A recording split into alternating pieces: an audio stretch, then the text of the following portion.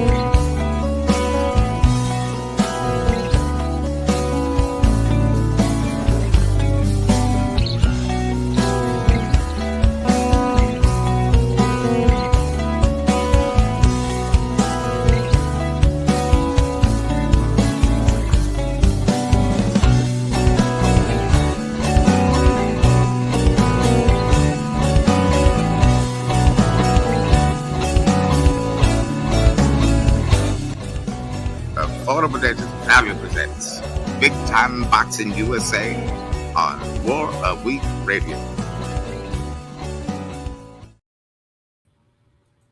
Guys, welcome. Happy Saturday to all of you guys. I hope you guys have been enjoying this card. A night of upsets so far. But guys, before we get into that, we'd like to give a big shout out and welcome. The only reason why I wanted to do this show, because it gave me an opportunity to share the air with one of the hardest working men in boxing, the incomparable James Bell from the Boxing Source. James, how you doing, brother? Doing all well. And yeah, I've had the thing as far as like a busy weekend last weekend going to Norfolk. So I had all that coverage for that. And then, just looking at what's happening here in these fights in Egypt, man. It's been pretty eventful, so to speak, man. Well, I tell you what, it doesn't bode well for heavyweight boxing in the American market. Big upset in the heavyweight division. Big James, would you like to comment on the second round knockout of Frank the Cuban Flash Sanchez over Mr. Greg Brady, Richard Torres Jr. in 2 rounds, brother? Did you see that coming? No, I did not. I thought it would have been Frank Sanchez that, had been dealing with a number of injuries, to his leg and things like that. And, not having a high level competition, for a while. I thought that would show here in this bout against Richard Torres Jr. And, with Torres, having a, pretty fast start to the beginning of his career and, kind of like was, very busy in a heavyweight division of sorts. I did like that, he was able to, have at least one bout after the Canelo fight when, Top Rank was going through their, transition and everything like that. So he was able to have a fight in Mexico to keep himself active. But, here against Frank Sanchez, I guess that, the level of experience or lack thereof, got the better of him there because he just, it happens in the heavyweight division. Sometimes you get caught with a good punch, and he got caught with a very good punch. Yeah, one that, and once again, every fighter and trainer insists to us that the ones that hurt the most are the ones that you don't see coming. And he ducked underneath because he was expecting a right hook. And guess what he got for his trouble? An uppercut instead.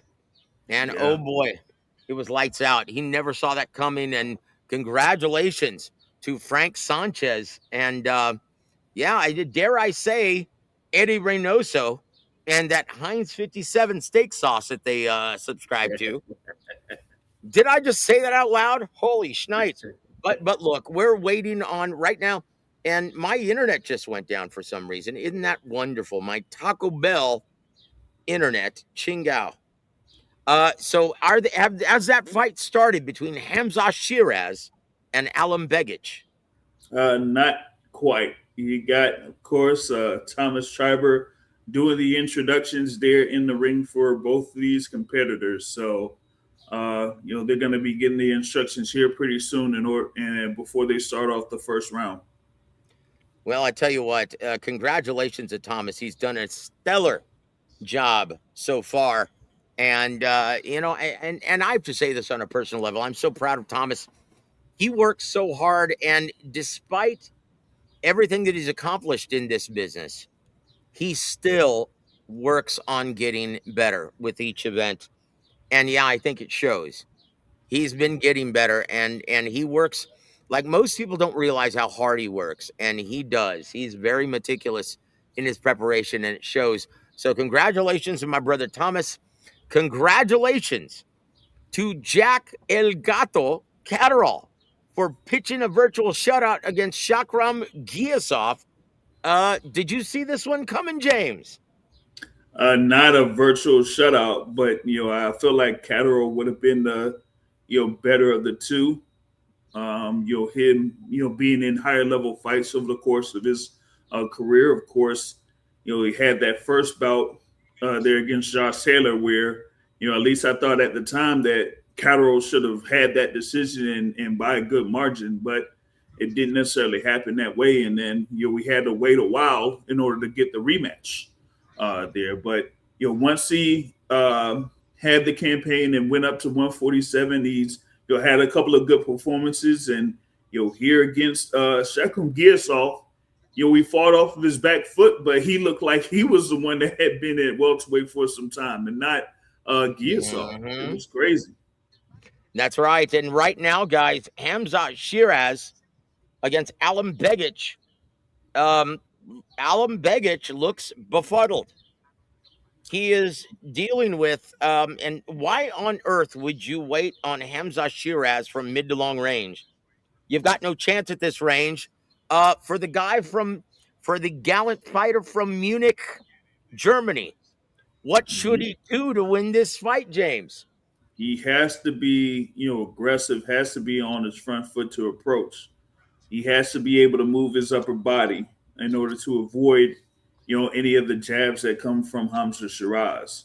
You can't wait on Hamza Shiraz to get his offense going, because if you're not, used to being a good counterpuncher and scouting what Hamza Shiraz does once he throws a jab, then you're going to be in for a long night. And that's what it's looking like here right now for Alan Begic. Just 2 minutes into the first round.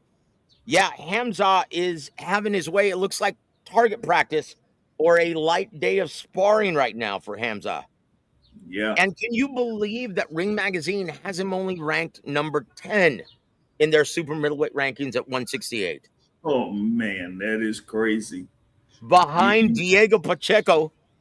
Oh, yeah, shocking, dude. But hey, after this, well, look, I'll say this. Maybe they want Canelo to pick on him if he gets past Christian and Mbili. Ooh, I don't know. I don't know if they would go towards Hamza Shiraz after about. Well, look, it's Canelo Alvarez's world. We're all just paying rent. And he's the one who decides, guys. He's the man still. And there's no doubt about that. Hold on. Jesus, welcome to the show, sir. And he says, Joe, I say Torres was doing good, but Sanchez kept targeting the right hand. He did. He was. Yep. And here to there. Welcome, sir. Good of you to join us. Says, Top Rank doesn't see many of their big prospects get taken out like that. No, they don't. No, they don't. And he says Torres was sloppy, got caught squaring up. Well, look, that's what happens when you try to be aggressive and close a distance. You have to square up. Unfortunately, he wasn't looking at that right hand coming in, that at least right uppercut, right? Yeah, he just right wasn't looking for it. Geez. And Jesus says, did Sanchez expect Torres to bend his knee, the usual target? Maybe so. Maybe he did his homework. He had enough time to prepare. How many camps was this fight? At least, I mean, it had to be a couple because they were supposed to fight on March 28th in Las Vegas. Part of that, what it was, the Thurman card with Sebastian Fundora. yep. But then, it got rescheduled because of the injury to Sanchez. So, um, but this, I guess it worked out there for Frank Sanchez. So Begic now closing the distance, but yeah, not in this order. Look, Yeah, Hamza is a complete fighter. yeah, Pick your poison. How do you want to get your ass whooped? Right? yeah. He's like, dude, that's what makes him so dangerous. And to be honest with you, and I really like Canelo's choice in picking Christian Mbili. Credit to him. He's never avoided the smoke unless you're David Benavidez. But we all saw on May 2nd why he's purposely been avoiding David Benavidez, James. Yeah, if you're not at the point where you could hurt your opponent, and we haven't seen that really from Canelo Alvarez in his last 4 fights. Add to that, Benavidez is clearly the bigger fighter. Oof. Like there won't be, much that Canelo could do there in the ring against someone like Benavidez, and he, of course, Canelo doesn't move like he used to. So, Look, boy, going to the fight happening in the ring, is Begic doing anything to win? nope. I'm trying to figure out what his plan is. And it's like, dude, what are you trying to do? I don't know, but he's getting beat up. He looks like a piñata at a quinceañera. He's a moving That's what he looks punching like. bag. Dude, Hamza is kicking his ass. And dude, you can see it in his face from here.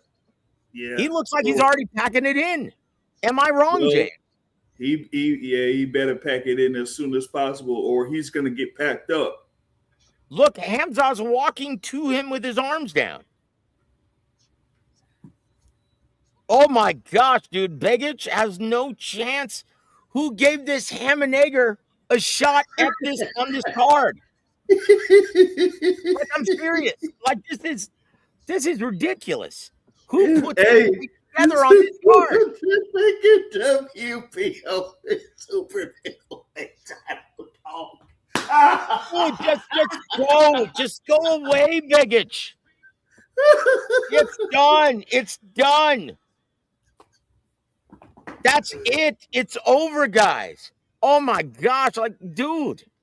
Hey, thanks for playing, Alan. What do you do for an encore, brother?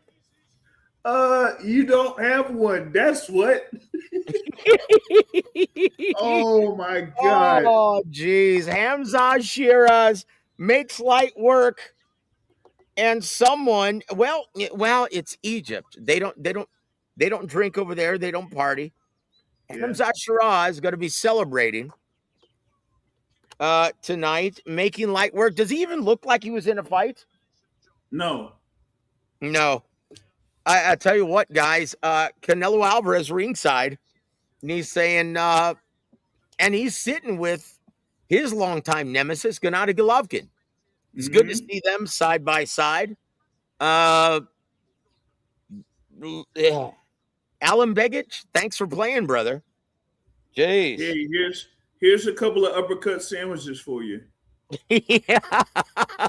Jeez, man. Well, so much for providing commentary for this fight.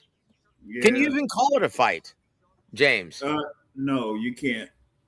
A one-sided demolition at the hands of Hamza Shiraz and a guy the German looking for a soft place to lie down. Yeah.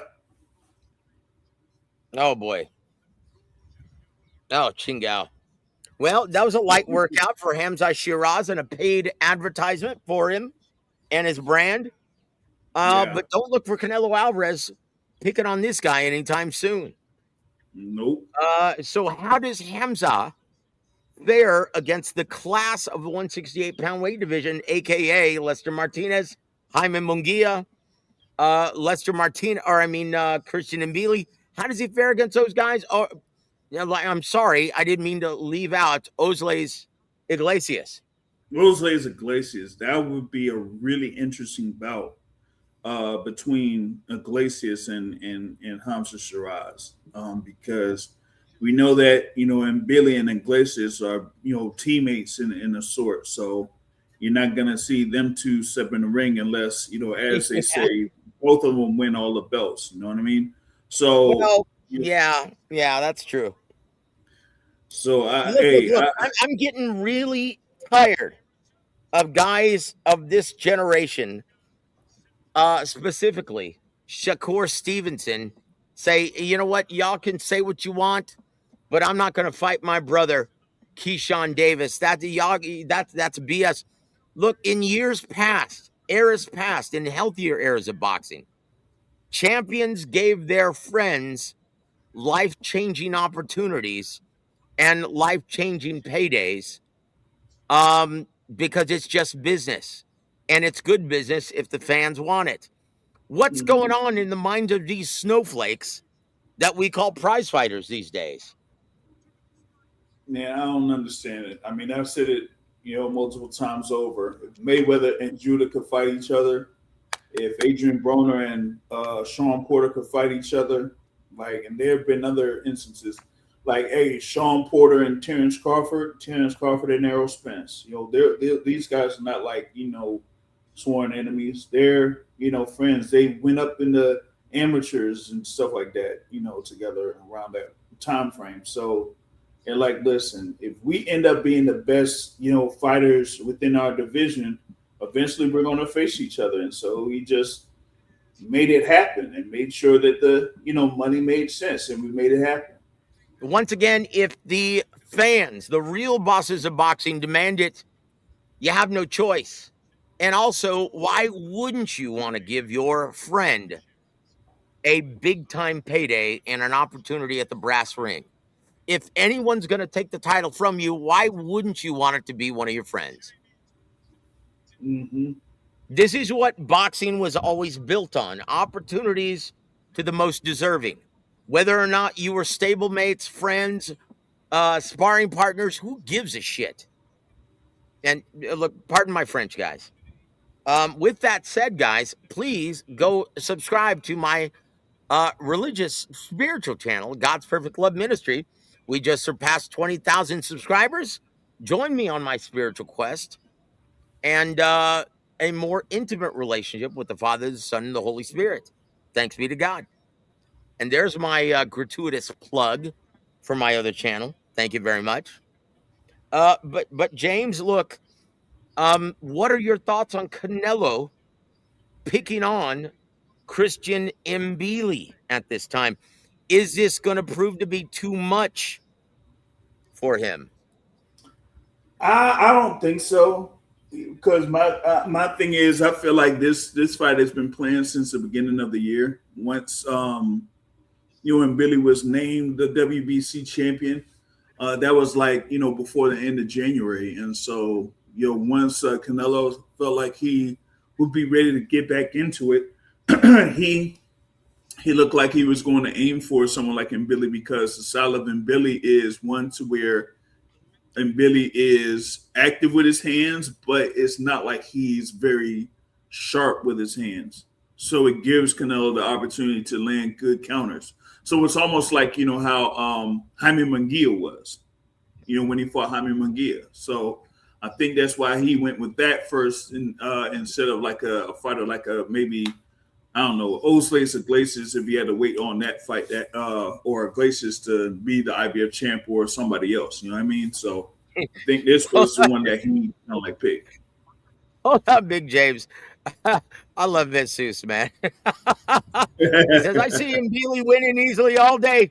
Any fake Nello era, but fight has to be real. Come on, dude. Come on. Look, say what you want about Canelo Alvarez. If he's in his prime, and you never know with that Canelo Reynoso 57 steak sauce, you never know. But this style matchup is favorable to Canelo Alvarez. You can't deny that.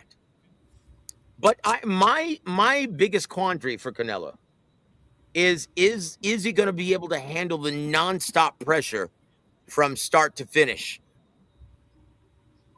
at this juncture of his career, James?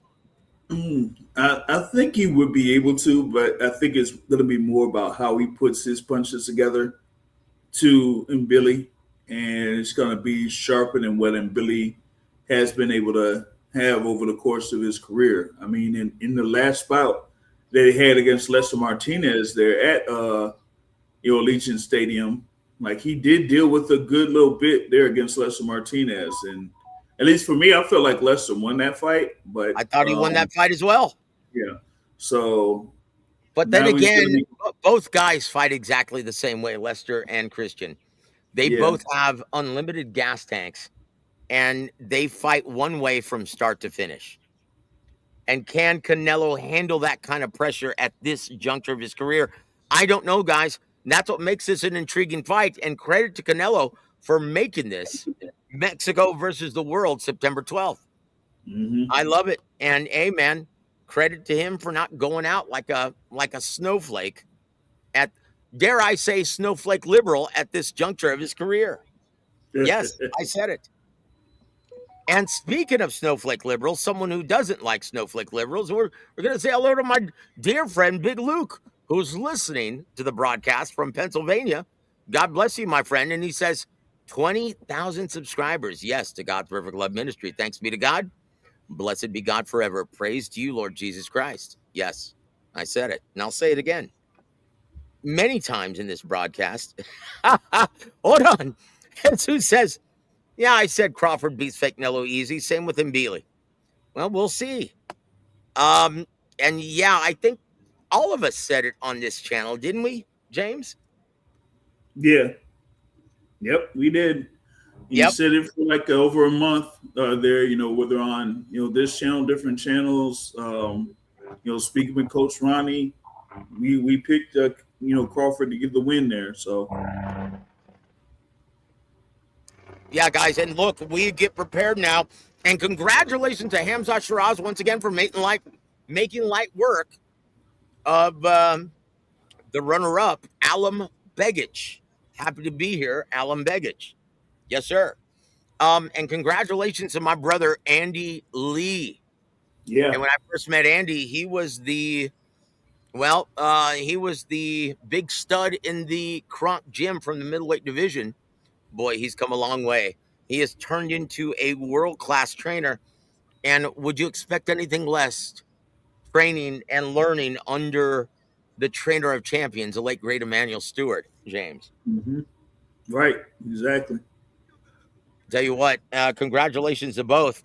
But let's get prepared for this main event tonight. The from the pyramids in Giza, right? Rico Suave Verhoeven. Yes, Big Luke. I said Rico Suave. He's 1-0 with 1 KO. The big 6'5" kickboxer from the Netherlands. Most people aren't giving him a shot here. Do you subscribe to that ideology, Big James? I don't, because for me, it's more about how Usyk prepares for a guy that you haven't really seen much of. Like you said, it's been one pro fight there in the actual boxing ring, and that was, back in 2014. Verhoeven's MO is basically from the kickboxing era, but looks like he's prepared very well for this bout. And that he's, ready for, someone like Usyk, who, of course, is not known for being a big puncher, but can time punches very well. So that would be the thing there for Rico to watch out for is, him being timed well after he, gives up his offense for those first couple of rounds. Well, I'll say this about Rico Suave. Two things that bode well for him. One, he's always in great shape. He's well conditioned, very smart guy, has a lot of experience in the ring. And look, from what I've been told from dear friends of mine who have worked with Rico Suave, they say that he's already grown accustomed to sparring with some of the best fighters in the heavyweight division. He's used to being flat-footed in the ring. He's not gonna just have a reflex and try to kick Alexander Usyk tonight, guys. He's here for a reason. Once again, this is a very intriguing fight, and I'll say this: fighters who don't wait on Alexander Usyk have the most success. Rico Suave is used to taking the lead. He's used to getting off first, and that usually serves him well against a guy against like James. If you wait on Alexander Usyk and allow him to dictate the pace of the fight, what are your chances for victory? Slim and none. How about that? There it is. There it is. Hold on real quick. Um, Jesus M says, no, I give him no credit for picking on Christian and Bealey. Holy shnikes. You're a hard man, Jesus. Maybe you should be prize fighting. Chingao. Yeah. But I tell you what, Rico Verhoeven, we'll see. Like, honestly, guys, think about this. This is the heavyweight division, right? In most divisions, you could say, well, he's got a puncher's chance, and it means nothing. But in the heavyweight division, James, it actually means something if you've got heavy hands and you have a good chin and you're well conditioned and you've got the experience that Rico has and he's got the mindset of a winner. Honestly, I think this fight is going to prove to be a lot more interesting than most believe. What say you, sir?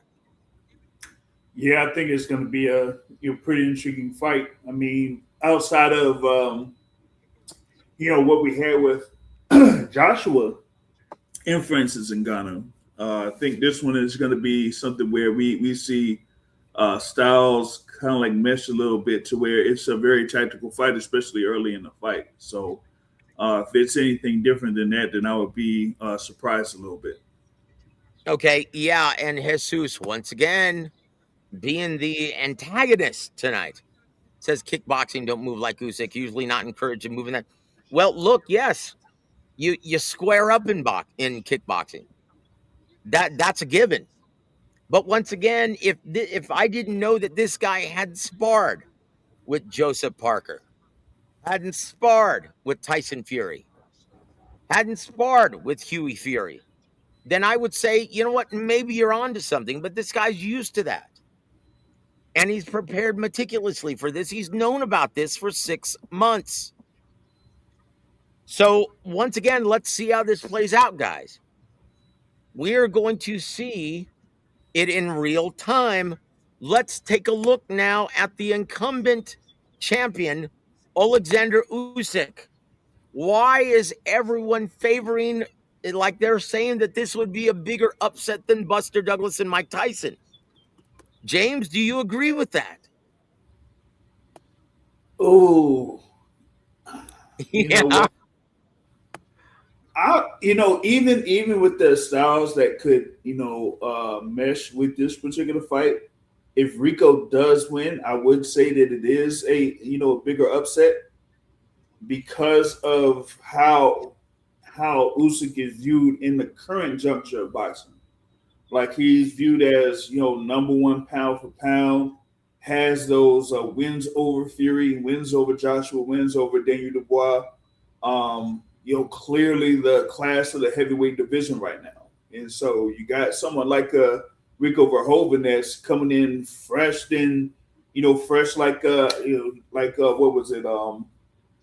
Like Francis Ngannou against Tyson Fury, but Tyson Fury has those lapses, and we all know that, and that lapse pretty much nearly cost him that fight against Ngannou. Yep. Like Usyk is way too disciplined. So if you catch him, it's gonna be like, wow, you caught Alexander Usyk, So that's why I say that this could end up being a bigger upset.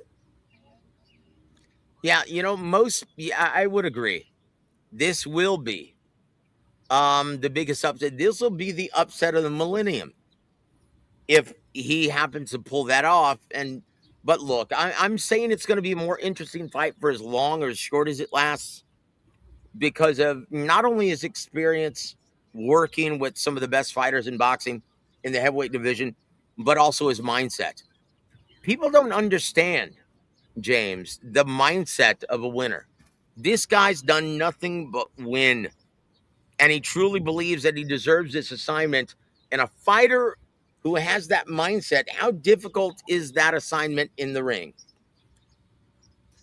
Oh, that's like really difficult because it's like you get to a point where you think that you've done everything that you needed to do, and he's still right there. You know what I mean? And so you'll get to a point where it's like, now what the hell do I need to do in order to beat this guy? And when you have that, especially if you're going into that fight, like, pretty confident that you could win and that what you've done over the course of your career has been able to get you those wins, but it hasn't worked against his opponent, then it's like, okay, what's, plan B? Do I even have a plan B against this guy? So that's the thing with Alexander Usyk is that, like, you might be able to, do some things to be, work pretty well against them, but then he's still right in front of you and then turns it around and you're like, how is he able to do this?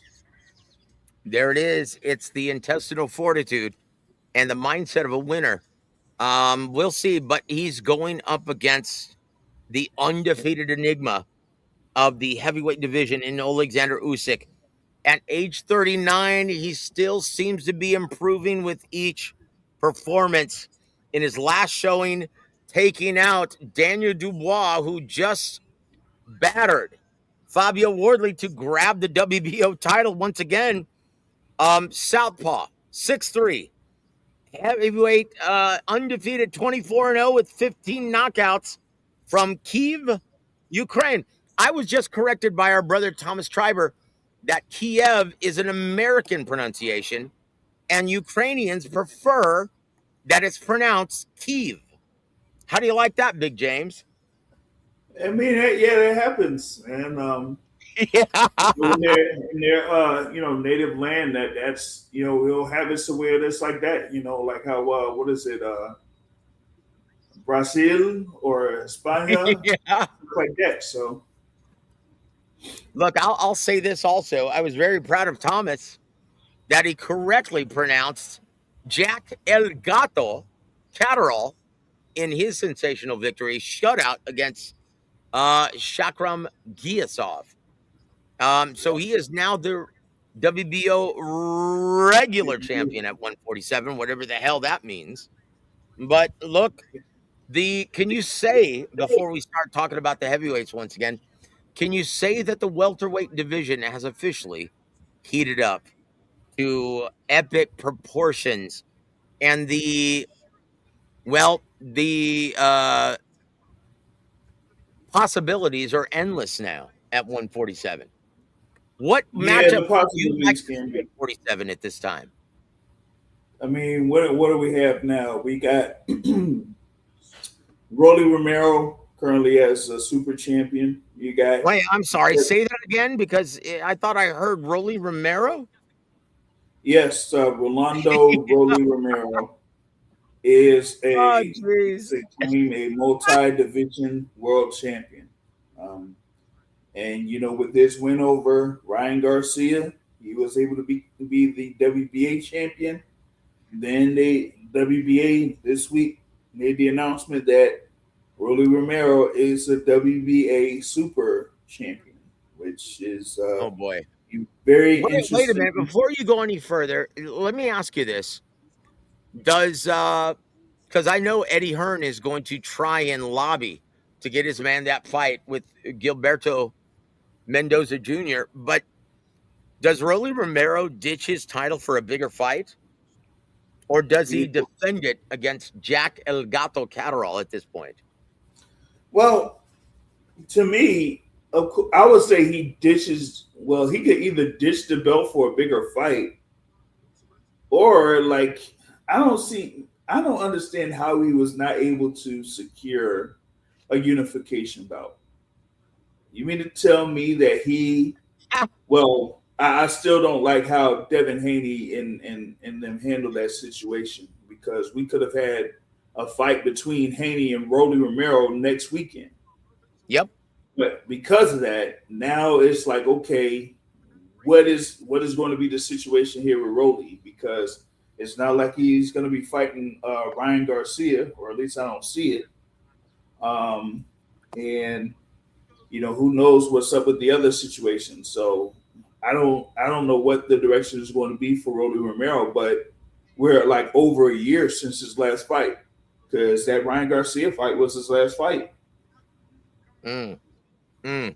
Well, we'll see, brother. And well, look, Ryan Garcia, he spilled the beans on Late Night with Jimmy Fallon. Would you like to fill everyone in case they missed it? Well, on Monday night, late Monday night, early Tuesday morning, Ryan Garcia was on with Jimmy Fallon, and he announced that he will be stepping in the ring against Conor Ben. Conor Ben. So on this channel, we told you guys, there's a reason why. Like, we wondered, why is Ryan Garcia constantly crapping on Oscar De La Hoya and Golden Boy when they're putting him in position to get the brass ring? One, beating up, battering, and grabbing the WBC title for Mario Barrios, and then fighting his mandatory challenger in Conor Ben. Yep. And if he does both of those things, which he's expected to, yeah, he's sitting pretty as the man at 147. Like, dude, he is by far the big ticket seller at 147. So we told you guys this months ago, and guess what? It's happening, guys, on the same night as Canelo, Mexico versus the world, right? It's happening on the same night in Vegas at the T-Mobile Arena. Conor Ben challenging Ryan Garcia for his WBC trinket at 147. And I hate to be one of those, in the mortal words of Bobby the Brain Heenan, hate to be one of those guys that likes to say, I told you so, but we told you so. We told you that was going to happen. We told you that's what Golden Boy was trying to do for their man, Ryan Garcia. And I don't see how Conor Ben pulls off the upset, especially in Vegas. Yeah, James, your thoughts? I don't either. I mean, Conor Ben doesn't really put punches together like that. A number of people expected him to really put a number on Regis Prograis, and he didn't, basically. So, I'm, if you're going up against a fighter that's like much faster than you, I don't see where Conor Ben would have a path to victory against Ryan Garcia. And Jesus says, isn't Ben with Zuffa? Yes, he is. And expect De La Hoya to instantly become Dana White's best friend just to make this fight a reality. Because this is easy work for even someone like Ryan Garcia if Ryan steers the course and gets the most of himself in the gym, unlike David Morrell Jr. Did I just say that out loud, brother? Yeah, I did. Yeah, I did. There it is. But guys, we're getting ready for this main event. It's Alexander Usyk defending his titles against Rico one-hit wonder Suave Verhoeven. Oh, geez. And look, shame on you, Rico Verhoeven, for making everyone bring up that terrible song in the early 90s, Rico Suave by Gerardo. Oh, geez. So I'll tell you what are the odds currently? Because I can't look up the betting line right now, but what are the odds right now for Usyk versus Verhoeven? Big James. Let me see if I could get it on here, if it's able to be pulled up. Got Usyk at as high as 50-1. Yeah, that's about right. So I guess you would be right. That would be a bigger upset than Buster Douglas, Mike Tyson.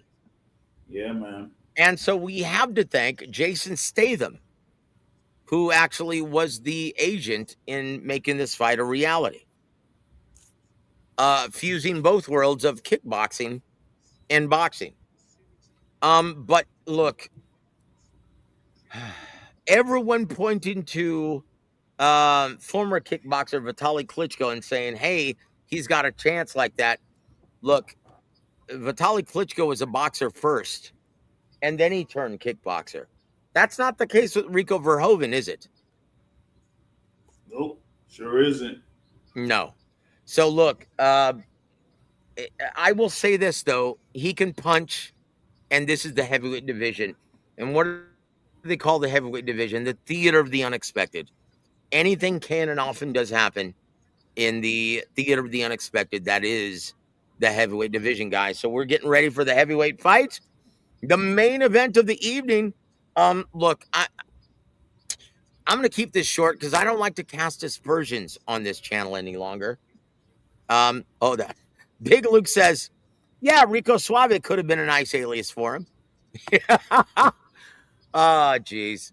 But look, I don't mean to cast aspersions, but we're getting ready for Michael Buffer to announce the main event after our brother Thomas Triber did an amazing job, as usual, this evening, proving that he is the best in boxing at this time in ring announcing. Um, is it time for Michael Buffer, like Roy Jones, like James Toney, and all other gallant fighters in this business, to finally hang him up? Big James, your thoughts on Michael Buffer hanging up the mic once and for all? Yeah, I think it's going to be time here real soon for him. He's been up there. What is it for? A while. Man, it's been a long time, man. What, over 30 years or something like that? So Longer than that, but yeah. yeah, and he's had some instances, whether it's been in the ring or during the presser or weigh-ins, where he's slipped up. And when it's something like that, then that it's close for him to kind of like wrap things up.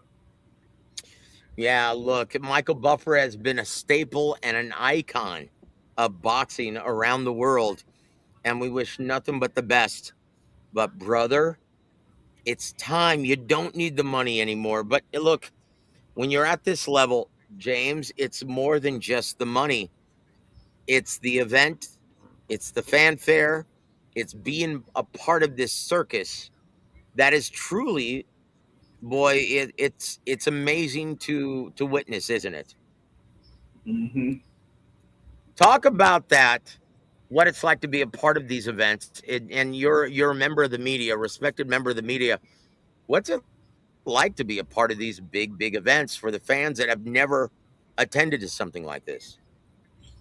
It's like it's a scene, depending on how big the event is and how close you are to being ringside for something like that. Whether it's like a fight with Tank Davis, or maybe something that involves Terrence Crawford or Canelo Alvarez, then you see like the anticipation that's they're leading into these events, or you see the amount of famous people that show up to these events. So it's like a scene that you don't necessarily get with like say for example football, because you're dealing with 60 to 70 to like 80,000 screaming fans or whatever it is, and you don't get that opportunity to like say get close to the field or whatever it is. So here you kind of like get that opportunity to be there close one on one almost with the fighters at one point, or just being around a number of people that are in sports. So it's a crazy scene. Yep. Well, I tell you what, we wish nothing but the best for Michael Lighten the Loafers Buffer. And look, I'll share that story, guys. And the reason why I call him Lighten the Loafers, that's Emmanuel Stewart. People don't know this, but Emmanuel and his team basically discovered Michael Buffer back in the day. And he told me this story once. He goes, "Yeah, Michael's my guy." And I always thought, just from seeing him personally, and he's always prim and proper. I always thought he was a bit light in the loafers until we went overseas and did an event in Germany. let me tell you something. Women love Michael, and Michael loves women. He got in that short trip, he got more ass than a toilet. And before that, I thought he was a little light in the loafers.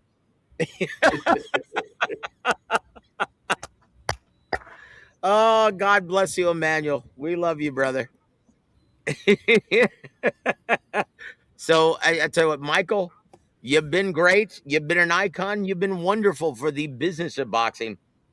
But it's time. It's time.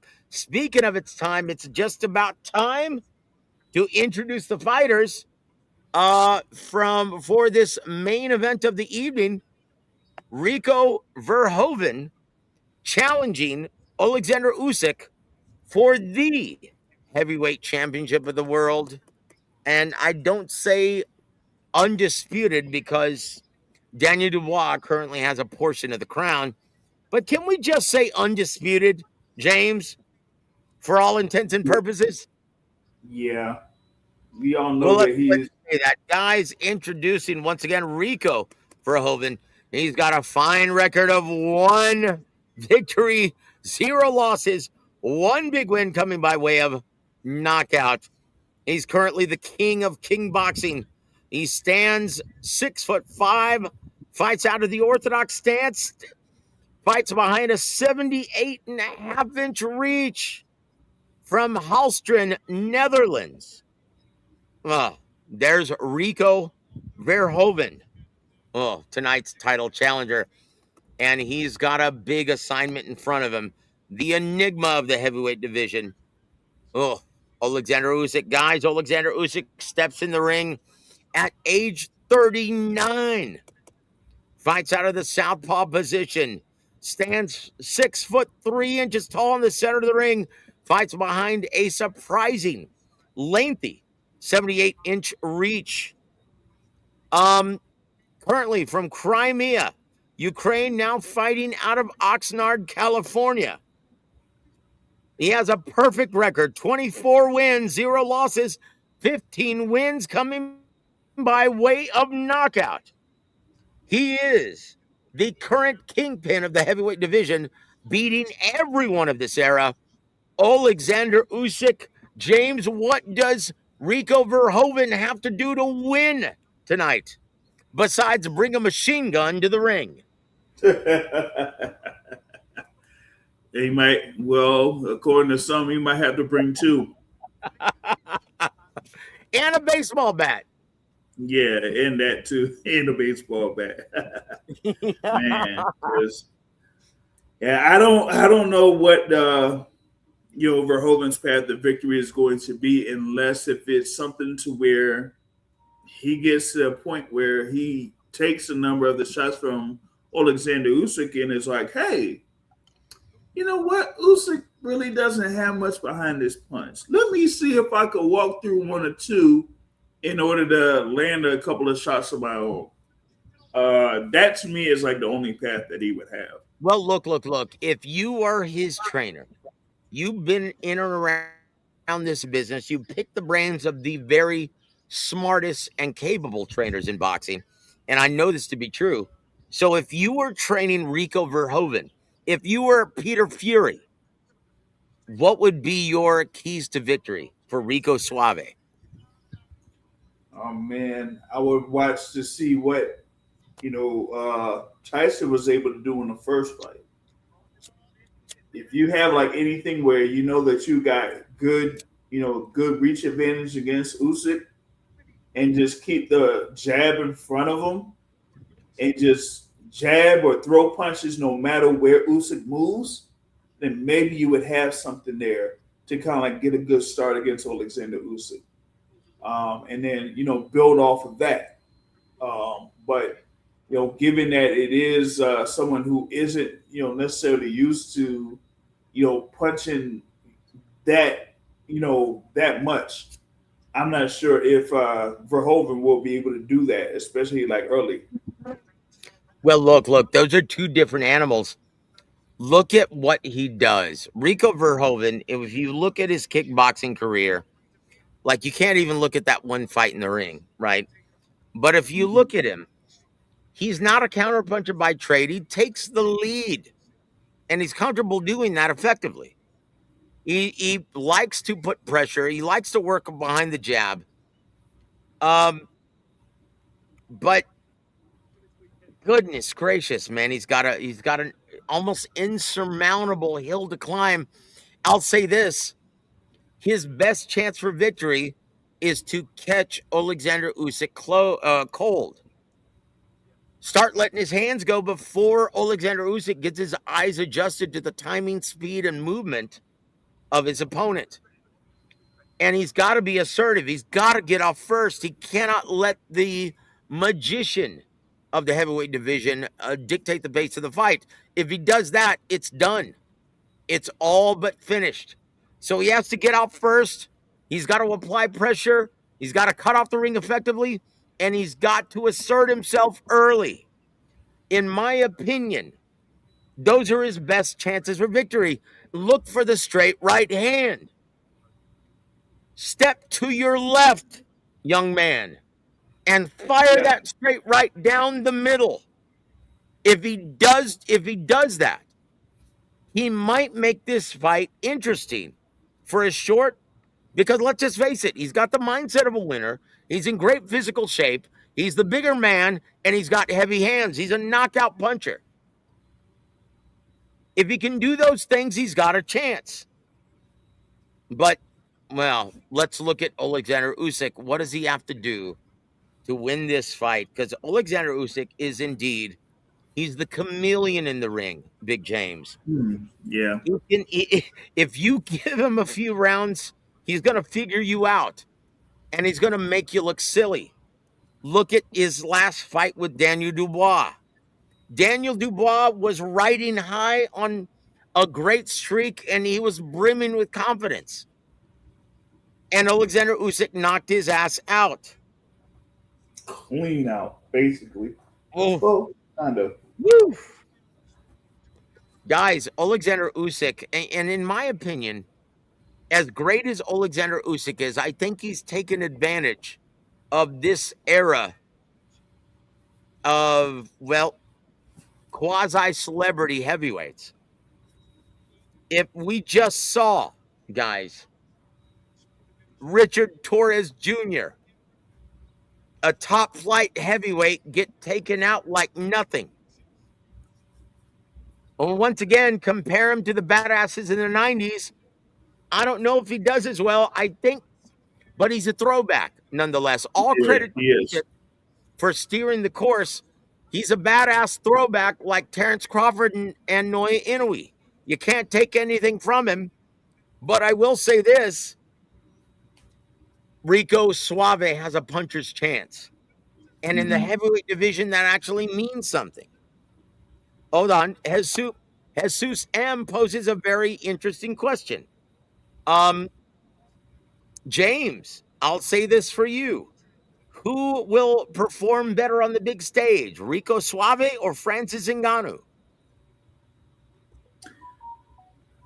Ooh. Yeah. Woo! I think for if they're talking about like Ngannou's fight against Fury, I would lean towards Ngannou. Well, you know that Jesus M wasn't directing it towards that fight. Yeah. But he was talking about Francis Ngannou versus Anthony Joshua. oh God. Now Rico would do much. Now Rico should be able to do better than that. He'll be able to I agree. Guys, I think this is going to prove to be a much more interesting fight than most believe. Yeah. Because of the intangibles that I just stated. Once again, people don't realize, if you've got the mindset of the winner, the experience working with some of the best guys in the division, and you do nothing but win, you've got that winning pedigree and mindset, that fares you very well at the big stage and can take you very far. We'll see what happens, guys. Once again, is it just me? Oh, hold on. Jesus M says this: Boxing Source, I need your pick. Holyfield versus Usyk at cruiser and heavyweight.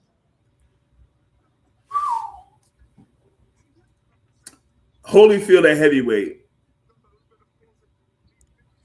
Cruiserweight. Come on, heavyweight, dude, Holyfield as well. Look, I'll say this. Usyk doesn't even beat David the Haymaker Hay at cruiserweight. Sorry, and I stand by that.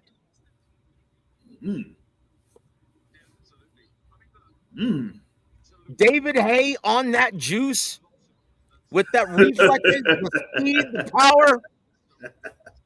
Come on now. Yes, I said it.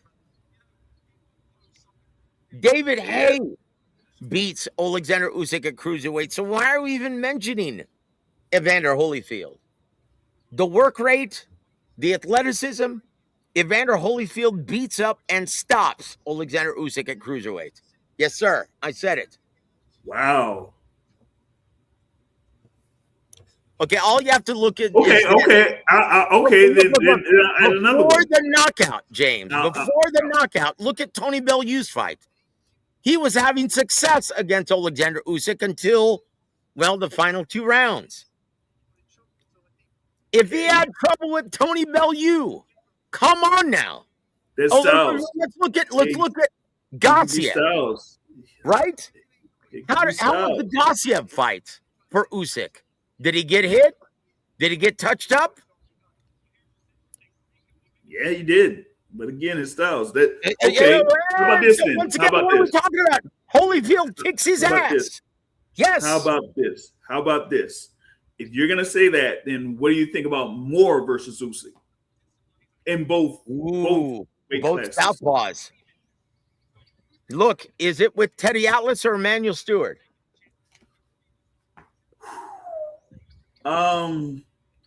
Moore with Stewart. Then Moore with Stewart finds a way to beat Alexander Usyk. Yes, I said it. Because the trainer of champions, he lived for that. Teddy Atlas was more of a motivator. Hey, if you don't want to fight, did you want me to fight for you? Yeah. We're firemen. We run to the fire. Woo! Man, you got to start this fight, man. That's what I'm saying. It's like I'm running out of material. Nah, I mean, we got things to talk about. Man, I got to catch up with what happened last night. Bring it. Oh, dude. Hey, man, your boy from Oakland.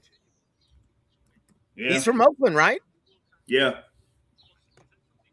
Dude, yep. he made light work of the former title holder in just, 3 rounds? Yep, 3 rounds. He looks awesome, dude. Let's fast forward. Like, while we're waiting, let me get your thoughts on the potential snooze fest that is Raymond Ford versus my brother Oshaki Foster from Houston, Texas. Look, I'll say this. It's going to look like watching paint dry at times, James. What if it looked, well, what did you think about Foster's performance against Fulton? Both guys are cannon punchers. It's the same thing. This could be a step below that. Oh, jeez. Look, Raymond Ford is an excellent fighter when paired with the favorable style matchup. So is Oshaki Foster. Unfortunately, this isn't that. I don't know why they made this fight and build it as a main event in Houston, Texas, in a very lucrative fight city. This is going to stink out the joint, and I don't like it one bit. Shame on you, Matchroom Sport. I'll just say that. But guys, look, we're getting ready. So, Jesus M, he says this. Hay was chinny. Yeah, if you could touch him at cruiserweight, but you couldn't. Because his reflexes, athleticism on that good was just too good for every one of his opponents. And Jesus M says, yes, I agree, Holyfield. And he also says this, Amari Jones versus Vito Milnecki Jr. Honestly, I don't want to see that fight, James. You already know why. Yeah. Not there yet. Look, we could say this without a doubt. Amari Jones is so much more athletically gifted. As much as I love Vito Jr. and Senior, look, in this business, James, if you cannot match natural athletic gifts with your opponent, you'd better adopt, you better put on your hard hat and smother his offense, cut off his reaction time and get to work and try to make it a numbers game. Try to adopt and evoke the spirit of Antonio Margarito, because from mid to long range, you've got no chance. Am I wrong in saying that? No chance in hell. What they say, no chance in hell? Yeah, Vince McMahon. I love it. Hold on, brother. I've got that. I've got that right here, man. Hold on. I'm gonna let's see. I've got my WWF. Let's do this while we're waiting, guys. Shall we? Hold on. Here it is.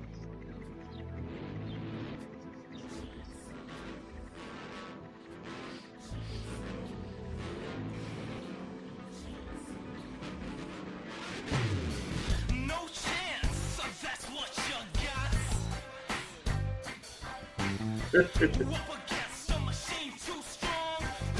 Is that for Rico Verhoeven or Vito Milnecki Jr.? No, man. Yeah.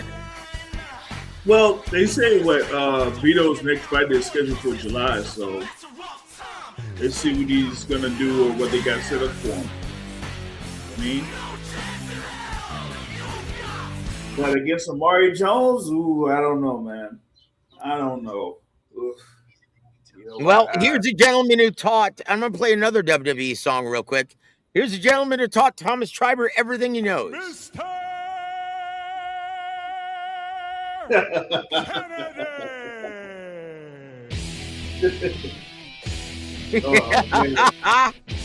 Woo! No. I'll say this a little closer to reality. Right now, Thomas Triber is the excellence of execution because he's meticulous in his preparation for these events. So I'll play this one. Yep. Did a great job out there. I mean, Okay, one last one, brother. See if you can guess whose music this is from WWE. I spit in the face of people who don't want to be cool. Oh, Carlito. Yeah, Carlito. Woo-hoo. I love it, man. So there it is, guys. Our flashback to WWE and WWF infamy. There it is. Look, guys. Here it comes. Our main event finally starting. Big Luke says, I love me some Ray Ford. You know what? He's great when placed in the ring with a favorable style matchup. Like, let's be honest, his fight against Nick Ball was legendary, even though he came up short. I actually thought he deserved to win that fight. What say you? Yeah, I thought it would have gotten the upper hand in the decision, but they didn't give it to him. You know, but even before that, he was not doing too well before getting that last round stoppage. So, like, he could get outpointed by good boxers, man. Yeah, well, we'll see. Unfortunately, he's against an excellent boxer puncher from mid to long range in Oshaki Foster. This is why they have him featured in Oshaki's hometown of Houston, Texas. And yes, we're going to be there next week. We've got another fighter on tap that was just signed from Matchroom Sport, and that's Frank Knuckles Espinoza, G Funky's current fighter from Sacramento, California, is going to be featured on the undercard of that. Look for him, guys. He is an excellent prospect. Here to there says, agreed, Joseph. Amari Jones looks ready to step up, and that division is wide open for him. Yes, it is. With Carlos Adames moving up and challenging, isn't he trying to get a big fight with, who is it? Who is he trying to get a fight with? Is it Lester Martinez? Maybe it is Lester Martinez. Hmm. I was thinking that they would try to put Lester in a fight in, I think it's August over in Los Angeles. Oh boy. Um, they're supposed to have a Guatemalan festival. Well, have an annual Guatemalan festival in August over in Los Angeles. So Oh, they that could would have, make sense then. yeah, they could Speaking of have. what's been moved to August, Tyson Fury originally wanted his tune-up to be in July, the week before Anthony Joshua, but instead it's being targeted now for August. And it's just been reported, and I know this firsthand, he's already turned down offers to fight Andy Ruiz Jr. and big fat ass baby Miller. In the interim, who does he fight in August? Big James? Ooh, good question. If it ain't gonna be Andy Ruiz Jr., if it ain't gonna be Miller, then what would be an attractive thing there for him? In the interim. I mean, I don't see much as far as like any fighters that are within contendership that he could go up against, unless if it's like I don't know, Victor Vickhurst or something like that, or what was it, Yeah. dude? Husa? Oh, geez. Look. What does he fight? The big Swede in Ronnie Stable? Nah, I don't think so. No. I don't know who then. Like, who does he fight? Like, he should have been champion at the bit to fight Andy Ruiz Jr. Yeah. Like, really? That guy, he's a 3-round They fighter said now because he's been so inactive and he's always struggling to get in shape. I wonder what he's doing now because he's supposed to be back with Manny Robles. Well, not making any money. Yeah, right now he's not. So, well, we'll see, guys. We'll see. But once again, we're just waiting. And it almost feels like we've been on the air for an hour just talking about nonsense and noise while we're waiting for this fight Yeah. to happen. Yep. Is there anything? Well, look, is there any? What do you hear from the future of Devin Haney? Because it looks like he's demanding Shakur is demanding a catchweight to fight Devin the Dream Haney. Who does Devin Haney fight then at 47? And I would have just had him fighting anybody. And this is a thing that, has kind of like been one of the bigger disappointments in like today's era of fighters is that you're coming off, or at least with Devin Haney, you're coming off of a big win over Brian Norman Jr. in November, and now here we are. It's almost the end of May, and you don't have anything set up yet. Oh, great! go have him on the mic while we talking about it. Wait, what? They got him on the mic right now. Oh, Devin the Dream Haney? Yeah. Oh man. But why? Listen. Why? Yeah, exactly. Well, at least we can count our lucky stars that it's not Bill and it's actually Devin. Yeah.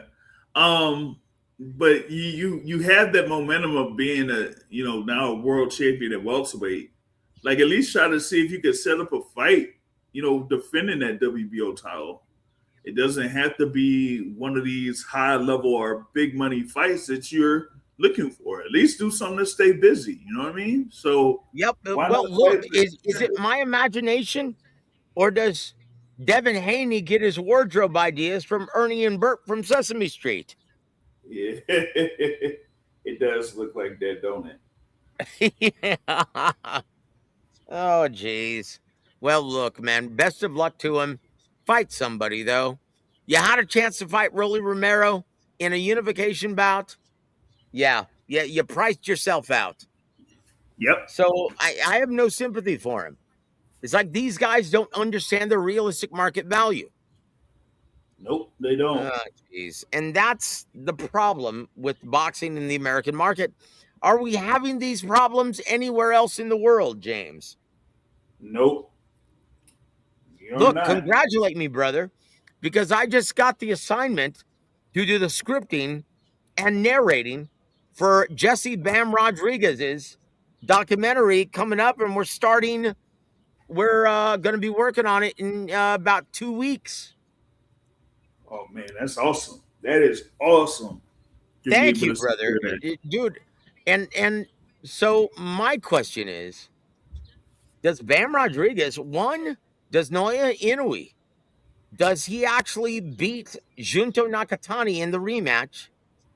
And two, can Bam Rodriguez beat Naoya Inoue at this time? I don't think Bam can. Um, and for Junto, I think it's going to be more of him focusing on what he did in I think it was like the 9th round against Inoue, where he started to be more aggressive and fight on his front foot. Because when he was doing that, he looked like he was doing pretty well, and that was something that I expected from him within the first couple of rounds. But in those first rounds, he was like, real tentative, and I was like, how you can't necessarily be like that against Naoya Inoue because he's going to take advantage of that.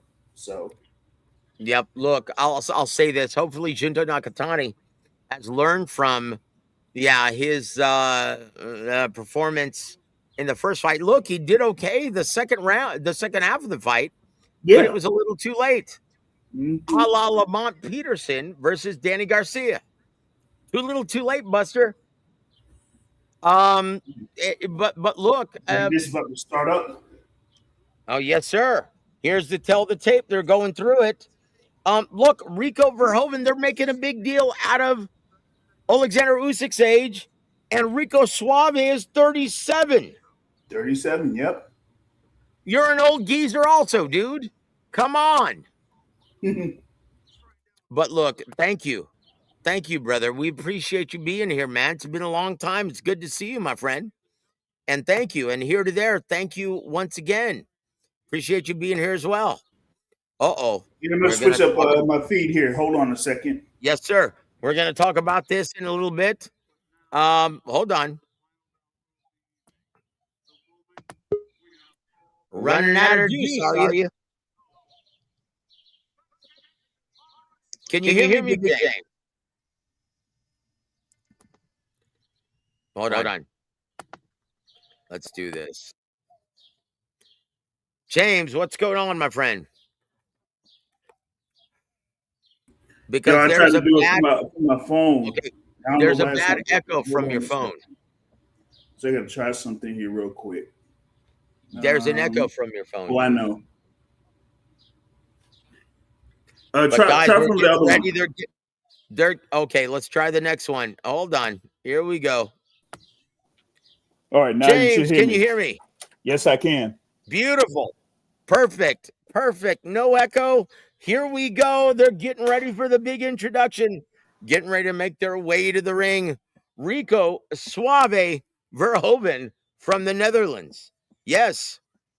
Royale with cheese. Yes. Did I just say it out loud? Royale with cheese. Yeah.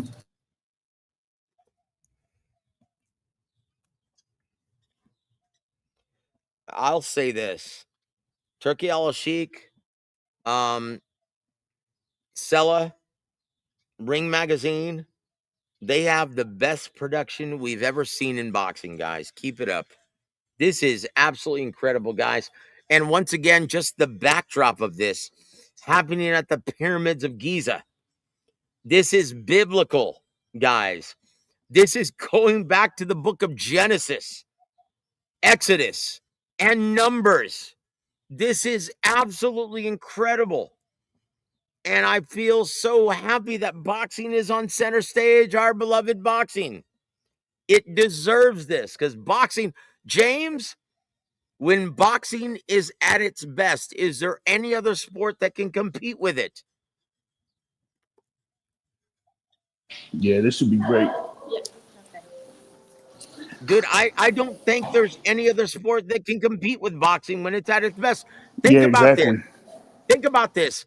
If you've got the Super Bowl and then you've got Moses Itauma versus Alexander Usyk at the same time, which one are you tuning into? Oh man, yeah, you know the pick. Yeah, guys, it's boxing all day long. It is the sport of kings. We love it. And Rico, I love your confidence, but you gonna get your ass whooped. Yes, yes. And our brother says, the boxing source. I love the growth of boxing in the DMV area. Yes, indeed. And look, there's a bunch of untapped potential that we'll be seeing under the bright lights soon. Yes, under some very Starting on July capable 4th. trainers and gyms. And the boxing source, James, is right there in the thick of it. And we're really looking forward to all of your coverage, my friend. Yeah, starting on July 4th. I mean, you're gonna have Derek Scooter Davis that's gonna be on the Zone and TNT when they had that fight card in Cleveland, Ohio. So look, Yes.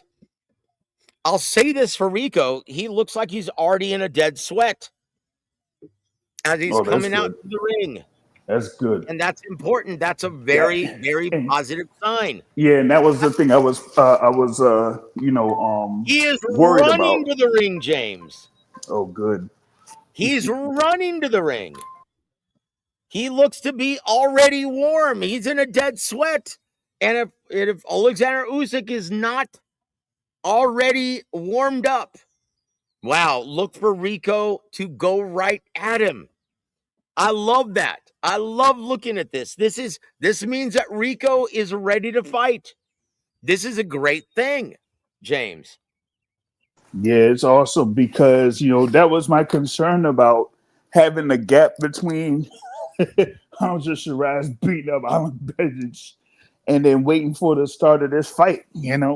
So at least they train Rico to be able to stay warmed up, and so he doesn't like be cold going into this battle against Alexander Usyk.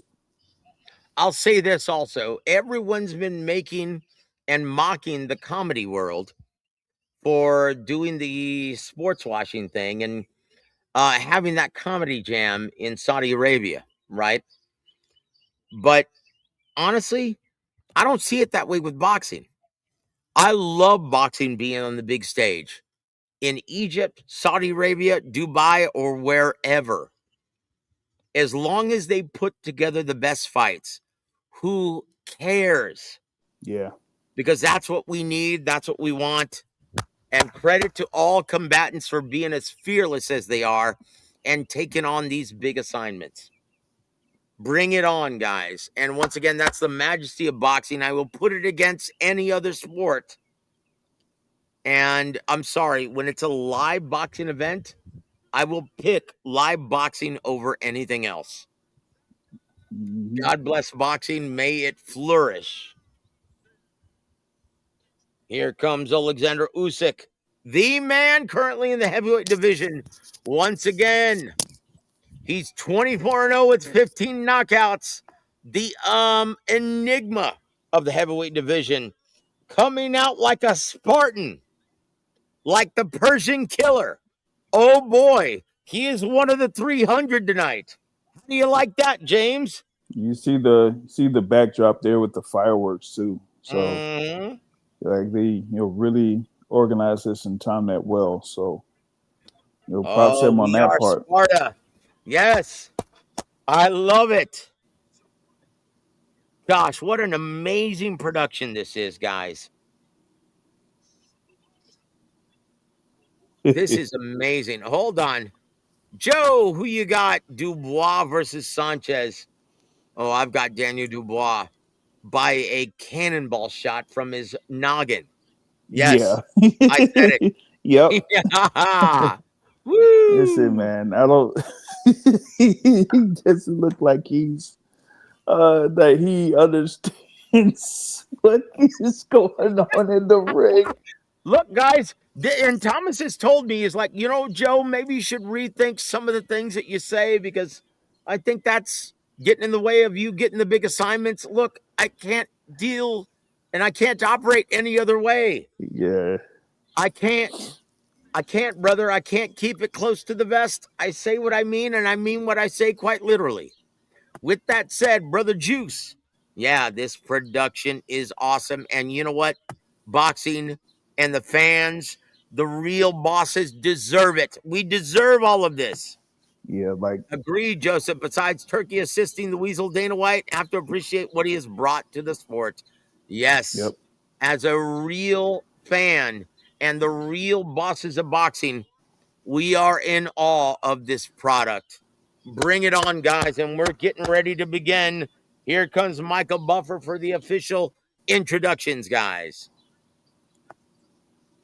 Big Luke, Oh, we love you, my friend. We're getting ready to call the big main event. Stay tuned. yeah, they got the what is it, the anthems for or whatever it is that's going on or something here. Looks like Yeah, so. But yeah, Royale with cheese. but yeah, I mean, yeah, there hasn't been like, a scene like you said, like in boxing. Like you have those, those Thriller and Manilas or the Rumble in the Jungle instances where Guys, you would it's see just something a like that. reminder.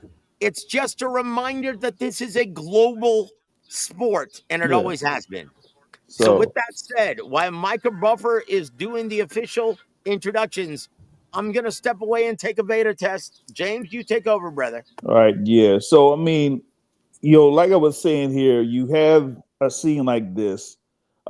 This is basically what has been built since it said that first fight over there in Riyadh, Saudi Arabia, with the rematch between Anthony Joshua and Andy Ruiz Jr. And now it's like, stemmed over to, having these scenes that you have in, Wembley Stadium, or, maybe like, to a certain extent, Los Angeles with the Terrence Crawford fight that was out there, or having the Crawford versus Canelo at Allegiant Stadium. Like, when Joe asked me about those scenes, like having that Canelo Crawford fight at Allegiant Stadium is like an experience that maybe we don't necessarily get, because yeah, you might have something like an AT&T Stadium, but you had Canelo fighting AT&T Stadium against Billy Joe Saunders. But is that like being in Vegas for a big fight? No. So you would have something like this happening in Allegiant Stadium, and then now with this Usyk versus Verhoeven over in Egypt, like we're gonna see probably another scene like this. I don't know, maybe somewhere else in Africa or something like that, or maybe what I would say, like they would probably, I don't think it would be something that would work, but what if they would have thought about something of by the Great Wall of China? Like they would come up with some type of idea like that. So I think that's what we have now with Turkey Al Sheikh being involved, is that yeah, you kind of get these scenes where some people beforehand wouldn't have even thought of it, but he's like, making things like that possible. You know what I mean? So that's what you got on that front. Well, I tell Um, you what, you know what? I'm probably about a minute behind you, James. mm, So feel free to test your mettle calling this fight if you'd like. okay. Yeah, I mean, I could do that. I'm gonna give you the lead, brother. You Okay. do it. And dude, I know you can do it because you're so knowledgeable and you're so eloquent. Yep. So let's hear Big James call this fight. Yeah. Yes. Yeah. So for me, right now they have a thing for, Ukrainian national anthem. So we got, of course, that for Alexander Usyk. And you're gonna have, of course, Michael Buffer, announcing these guys for the Ring Magazine, WBC, Look, and I'll be your WBA Larry Merchant tonight, right? And heavyweight I'll do my Larry championship. Merchant right now. You know, Yeah. when you look at the undercard, this has been somewhat of a night of upsets. Will we see an upset in the main event of the evening? Yeah, that would be his opening line before the start of the bout. Yeah, it would be Well, Larry Bird. this is indeed the theater of the unexpected. So let's see if it plays out that way. Yeah. That's what I'm looking for here. So I've got Larry Merchant without the racism. Yeah. Yeah, that is true. That is true. Oh man, what a scene this is, though. What a scene And this this is is. absolutely majestic at the biggest stage So, for boxing. And credit to everyone involved for making this such an amazing event. And yo, Michael, boy, I tell you what, he's holding the hills. But you look, if you can find him to one fight, Michael Buffer, he is great. hmm Credit to Thomas Triver for doing all the heavy lifting tonight. hmm. I'll say Hold that. on. Yep. Uh-oh. What happened? Now I had placed the order, right? Order to go, or whatever it is. And I think they gave me a little extra on this thing. Because they knew it was big fight night, James. Yeah, I guess so. Yes, sir. Um, Yes, sir. You got the dim sum and the hot and sour soup. nah. Yeah. I got an extra grapefruit soda with my order. Yes, sir. Yes, sir. Squirt on the arrival. Yes, sir. Yeah, I guess Was I it didn't Fresca notice. or Squirt? What is it? The Doritos grapefruit Oh, soda. dude, you got first class. Yeah, Yes, sir. That's that's good good. stuff from Mexico. Yep. They still doing the thing for the introductions. Yeah, man. They did get Well, Rico warmed up, man. That's big. You don't want that to is big. And guys, you'll see it play out that way in the first round. yeah, because he's gonna be loose.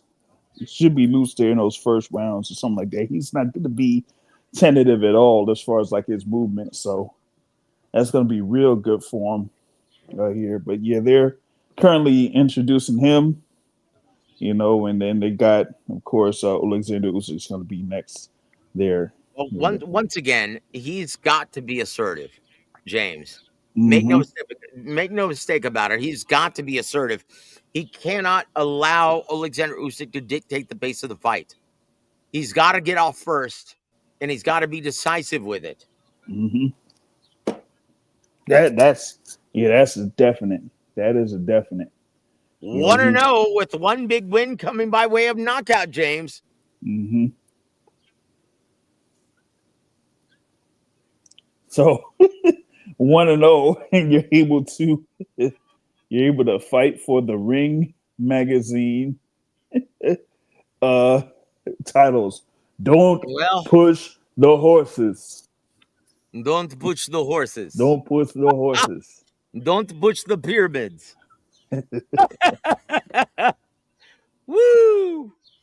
And Alexander Usyk, the magician, the enigma of the heavyweight division, as stoic as he's ever been, dialed in.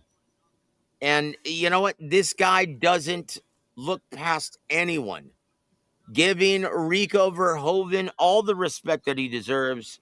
Mm-hmm. And he has trained for his toughest assignment to date.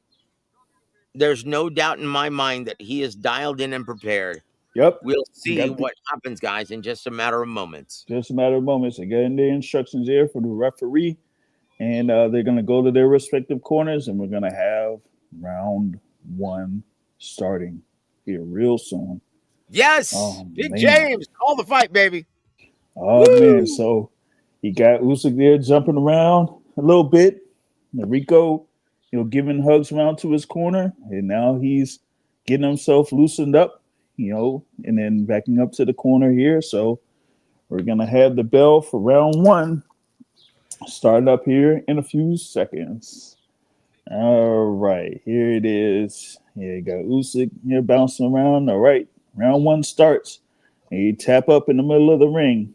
You got Rico bouncing up and down with his legs, moving his upper body a little bit, moving his arms, giving a double jab there, kind of like throwing it out there to throw it out there. Nothing really landing yet, but you do see Rico moving his head a little bit or a good amount. So we'll see. Um, Oh, he's throwing a right hand towards Usyk while Usyk backs up to the ropes. So now he's moving off to the side. I'm seeing a lot of movement there from Rico here early in this first round. Usyk is like saying a little bit stationary here, seeing what Rico's doing, kind of like throwing a jab, flicking the jab out. There, of course, he's a southpaw, so he's throwing the right jab, and you see Rico throwing a few shots there towards Alexander Usyk. So Let me he, ask you this, James. Is Mhm. it a good idea for Rico to be leaning in like that, crouching in, adjusting to Usyk's height? Or should he be fighting taller from mid to long range? I would think he would be, fighting taller, but I guess he would want to be, I guess, not. I would say too upright to where he's not able to move as much as he is Dare right I now. say, Rico Suave currently looks like me, myself, and Irene, Jim Carrey. But he's using the activity to get Usyk thrown off here a little bit over these first 1.5 minutes of the first round. We got Usyk, still throwing out that southpaw jab, and Rico just moving around with his feet. I like that though from him, being on his toes. He's on his toes a lot, right? And so he's kind of like doing that there against Usyk and moving. With him having that constant movement, it's not like Usyk has a stationary target of sorts to wait for. Now Usyk throws 3-punch combination. Rico ties him up. All right, there, and you got like about 45 or so seconds left in the first round. Oh, good right hand attempt there from Rico, but didn't land flush on that. Let's see here. You still got Usyk, just pawing out that southpaw jab, pawing out the southpaw jab. Doesn't Well, really he's done have. his homework and he's moving to his left consistently Yes, he away from that is. straight left hand. That's right. But his front foot on the outside, that's a good thing That's right. for Rico So, Verhoeven. yep, that's right. And I'm, trying to see if I could find out. Okay, he does. He's keeping his lead hand or his lead foot, the left foot, on the outside of Alexander Usyk here so far in this first round. So I Well, think, one thing I've noticed, he's actually showing Usyk so much respect. Look at his chin tucked right in the middle of his chest. yeah. But he's having that thing there with his lead foot on the outside, the left foot, that gives him that ability to move away from that left hand of Alexander Usyk. So I'm seeing that as pretty good there on his part. You know what I mean? But that is But the end I of want round him to one. see. I want to see him be more assertive, though. Throw your hands, brother. Throw that straight Mm-hmm. right hand down the middle as you're moving to the left. Mm-hmm. Yeah, he hasn't All he's quite done doing that is yet. posturing at this point. Yeah, yeah, you could say that. You could say that. Dang. Yeah, Round one of posturing and jockeying for lead position. Other than that, nothing else happened in the first round, James. right. Nothing. No, nothing significant landed. No, like no punches to like throw either of them back. Start Look, round two. I'll say this though, for one round, great job taking the lead, blow by blow commentary, brother. Yep. Great job, Big James. All right, here we go. Round two. You got Rico, Woo! still moving to his left, Usyk's right. And he attempts to jab to the body. You still see Usyk with the southpaw jab, and he's just using that. Now he's thrown in the left. Landed the left there a little bit, but you still see Rico kind of like going forward. Now he's trying to land combinations or throw combinations up close. They're up in the clinch right now, and okay, referee's going to break it up. All right, so still see Rico there, on his toes, which I like, but you're seeing more activity here from Alexander Usyk, throwing the left hand a little bit more. Now he's throwing hooks, while Rico is throwing a number of punches there to, kind of like stay active with his hands. All right, now we get back into around the center of the ring. Another clinch here from both of Timestamp, these James. guys. We Timestamp. got about under 2 minutes left here in the second round. Here. All right. Now we got Rico still moving to his left, throwing out the jab, but then we get combinations from Usyk, but then he gets answered by right hand by Rico. Another combination by Usyk. All right, we're getting close to halfway through the second round with Usyk throwing more combinations. Throws a left hand to the body. I can say this, Big James. The speed differential is Yep, apparent. yep, yep. All right, and two uppercuts there from Alexander Usyk. But Rico throws a series of punches there before they go into a clinch. There's 1:15 left in the second round here, and now we got Alexander Usyk. He gets hit with a punch to the body from Rico Verhoeven. Usyk throwing a combination, but Rico ducks under that. Right, Usyk with a few jabs here. Now you got Rico that's kind of under defensive mode now as Usyk starts throwing the jab. Oh, Rico tried to set him up with a right hand counter. Now he goes forward and throws a series of punches, put Usyk to the ropes here with the 45 seconds left in round two. All right, referee breaks him up. Oh, Rico trying to hold and hit, Yeah. not good. So, but at least now he's more in a defensive stance. Now he's starting to move more a little bit like he was in the first round and the opening part of the second round. Throwing the jab and then adds in the right hand there a little bit, but didn't really touch Alexander Usyk.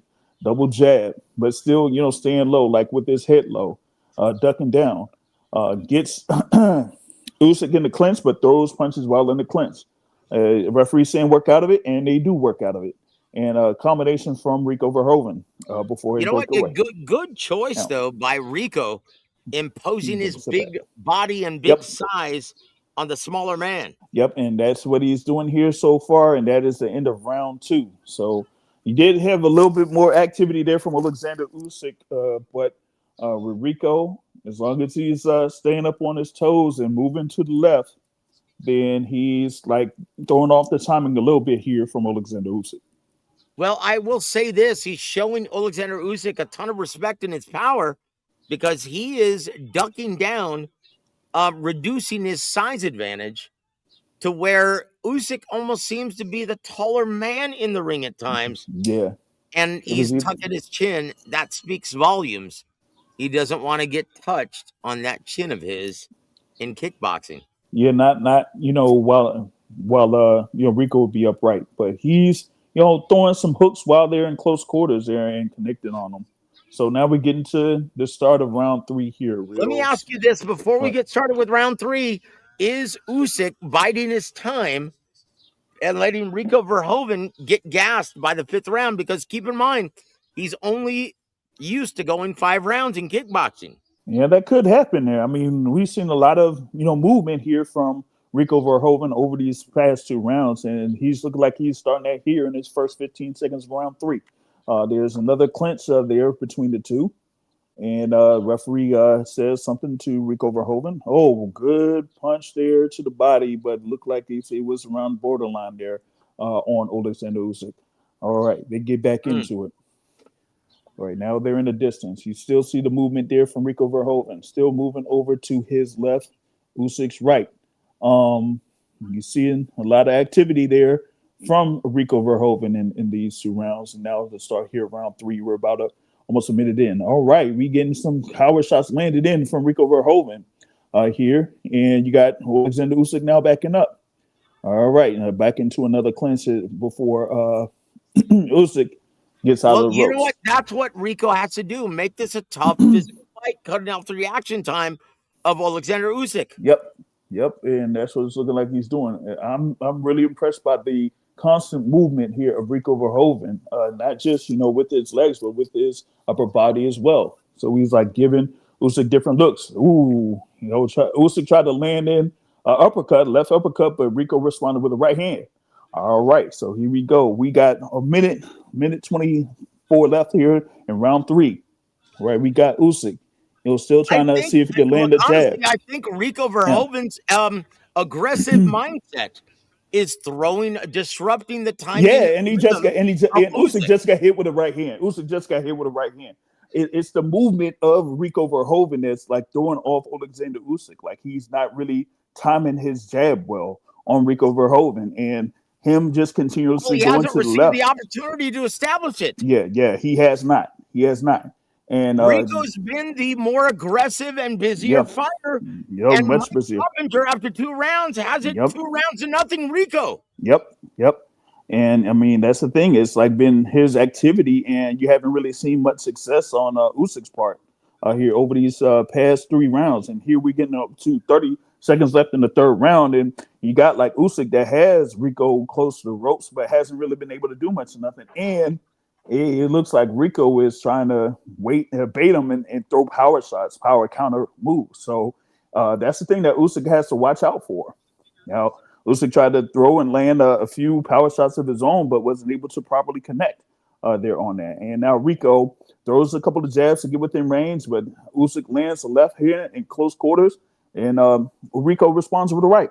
Now we're getting a close. Yeah, and that is the end of the third round, and yeah, we are seeing a lot of action here How between do both of you these score guys. this fight thus far, James? And you could have it 3-0 for Rico. You could only, I mean, mainly because of his So I'm going to activity and pose him this being question able to to you. land.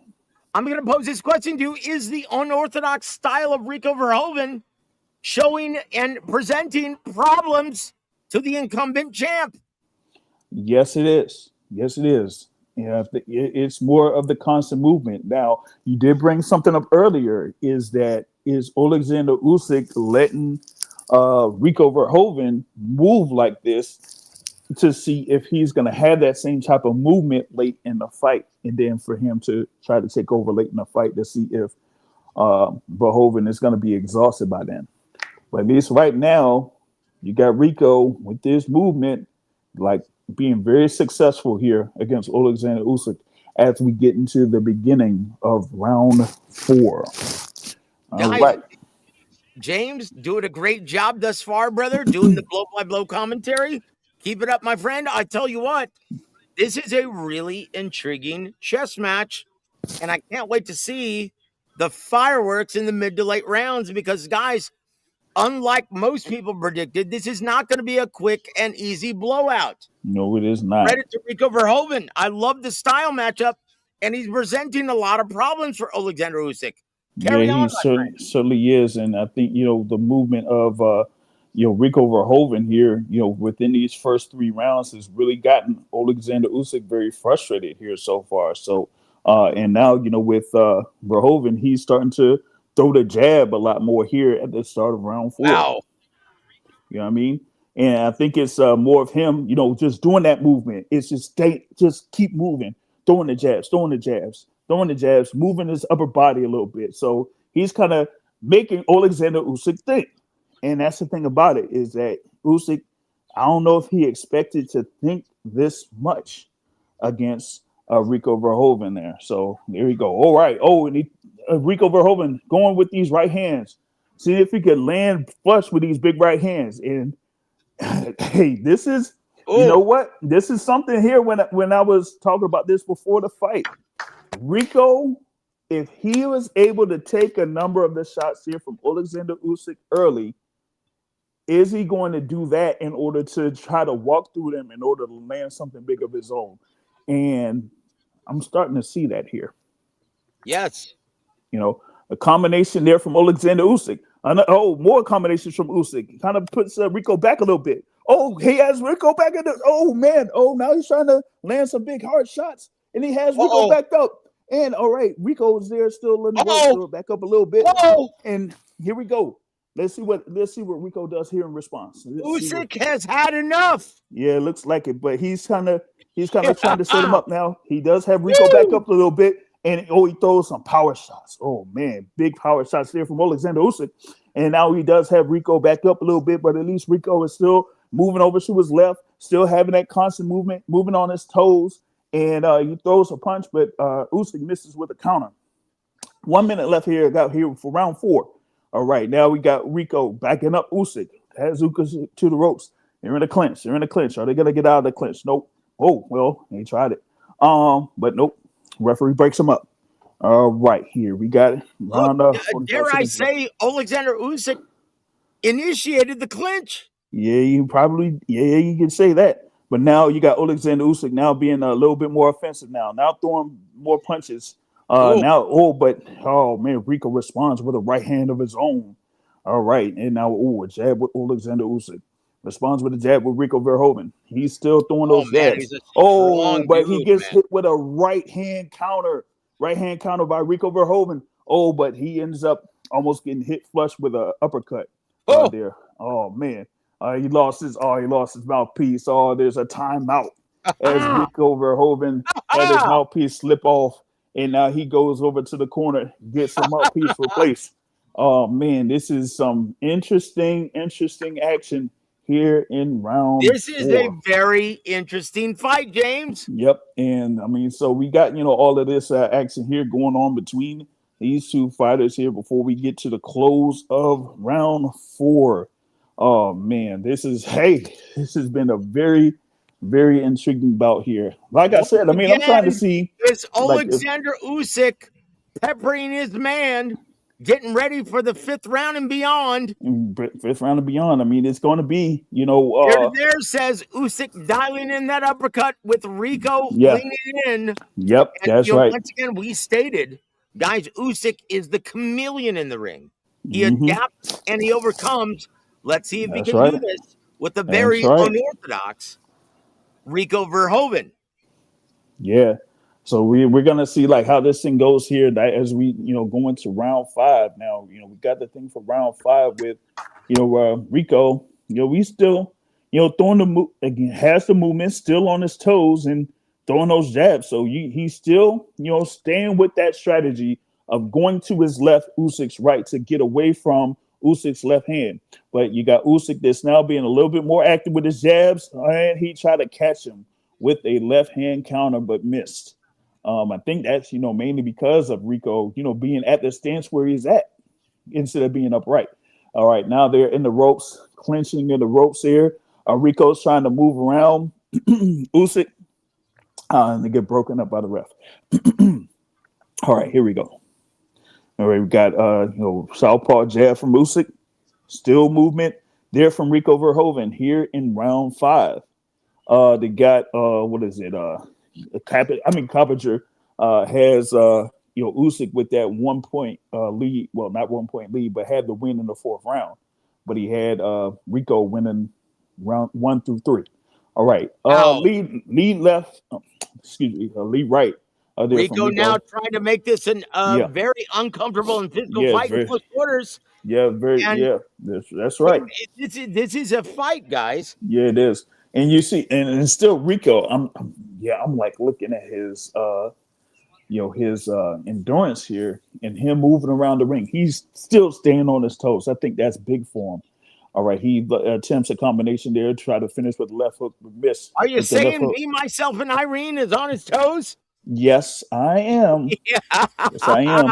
And that's what it is, man. He's like saying, they're from distance. 1 minute left. Got 1 minute left here in round 5. You got Rico that attempted the right hand there. You got a double jab from Alexander Usyk. I think Rico tried to do a feint in order to land a shot. Now he's attempting a combination, but didn't really land anything with that. All right, 45 seconds left. Alexander Usyk, landing the jab and then try to get a short left in to land, but didn't really impact Rico that much. All right, we got more jabs here from Rico Verhoeven here with 30 seconds left in the 5th round. A lead right from Rico, jab from Usyk.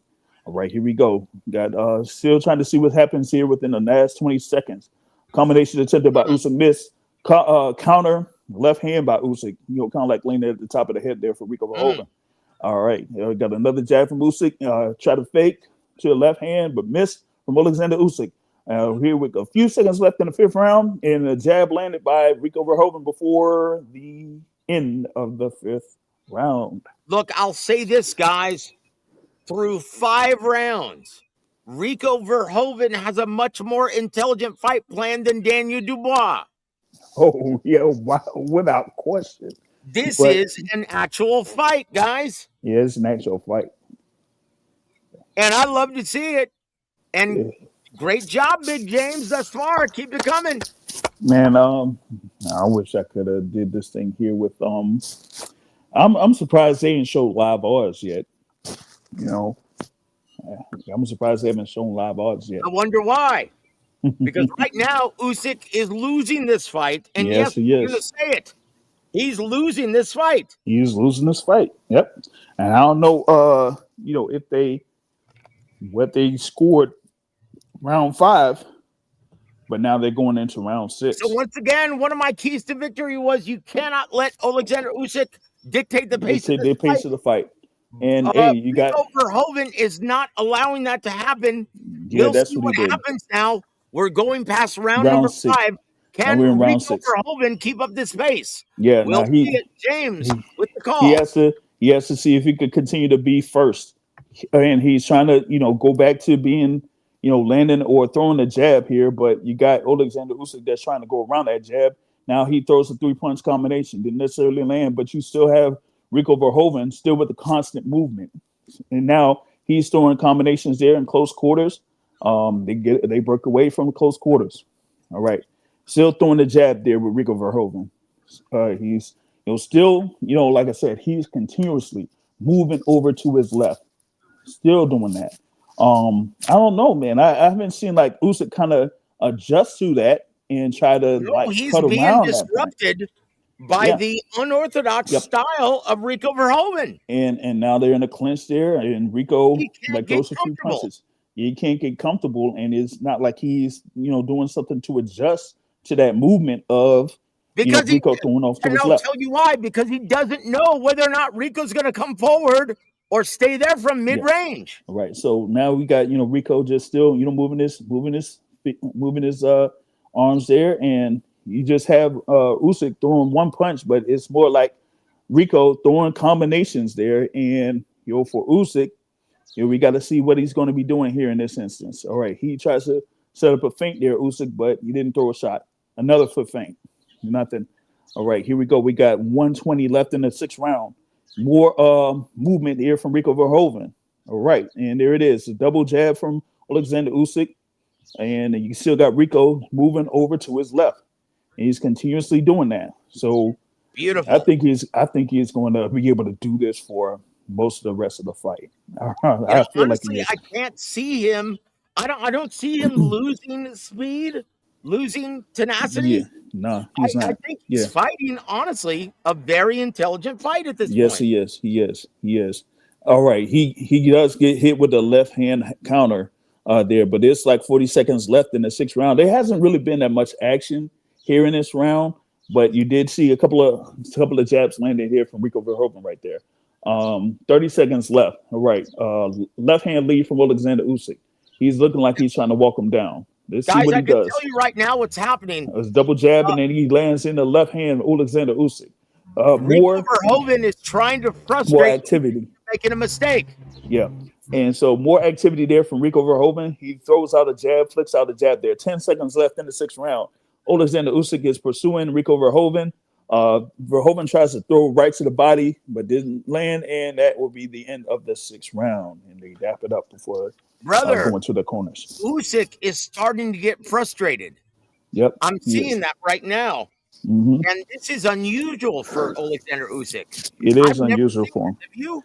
No, I have not. And the thing is, I'm not seeing him kind of like adjust to the movement of Rico Verhoeven.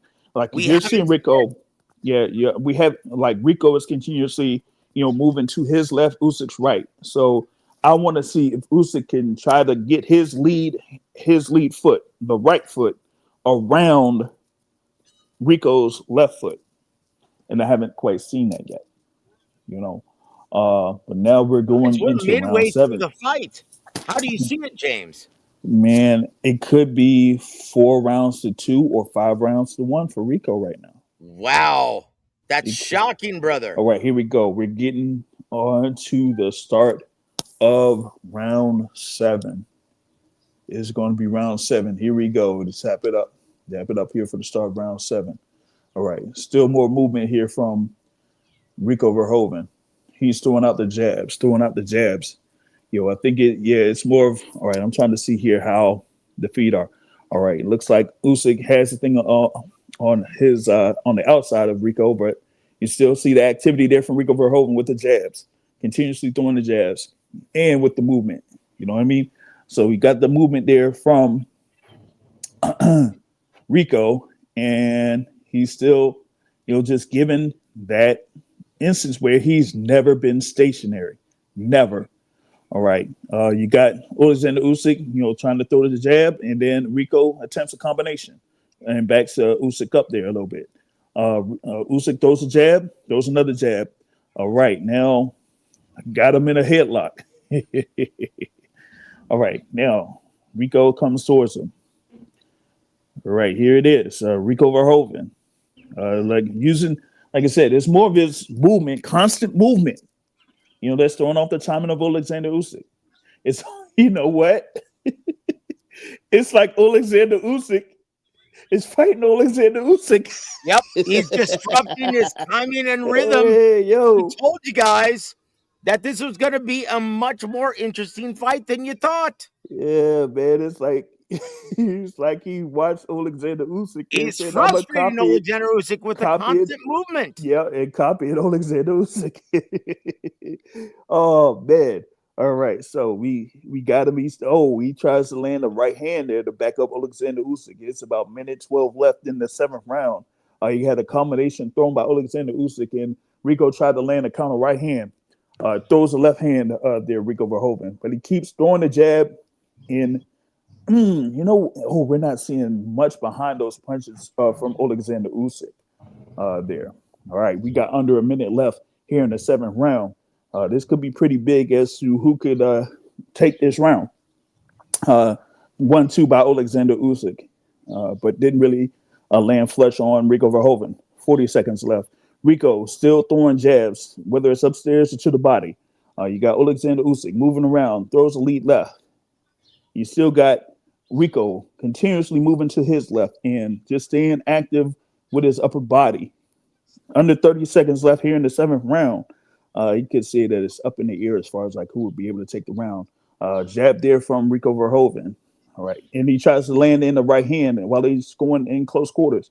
Usyk tries to back up Rico Verhoeven with the left hand.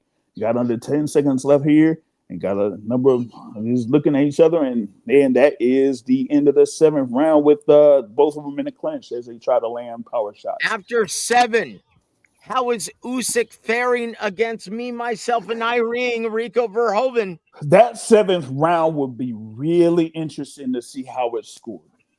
Because I really didn't see that much significant punches landed. And I have to, say if they would give Usyk that particular round. But I'm telling you, it's really, really intriguing right now. It really is. But like I said during that round, it's like Alexander Usyk is fighting Alexander Usyk at 6'5".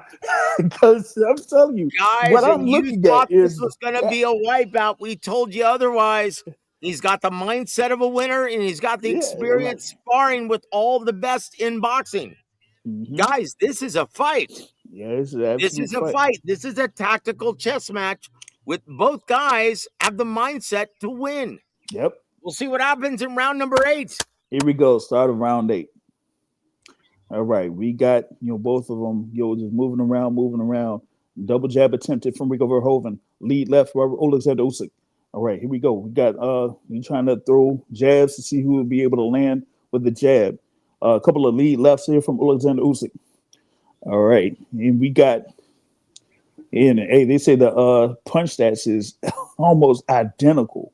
Like, they tried to trade power shots right there. All right, here we go. A jab by Usyk. Lead left by Usyk. Let's see what he does. He's trying to move his head around. Combination attempted there from Rico, but before they get into a clinch. And they're in a clinch. You're seeing we're going to get out of the clinch, and the referee's saying, all right, he push out of the clinch. All right, they resume. Double jab attempted there from Rico. Another jab attempted by Rico. Lead left from Alexander Usyk. Now he's starting to move around to his right, Alexander Usyk. All right, so now here we go. Oh, but he gets hit with a right hand from Rico Verhoeven that sends him back a little bit. And another right hand lands. And he's getting in with some combinations there, Rico Verhoeven, to back Usyk up to the ropes.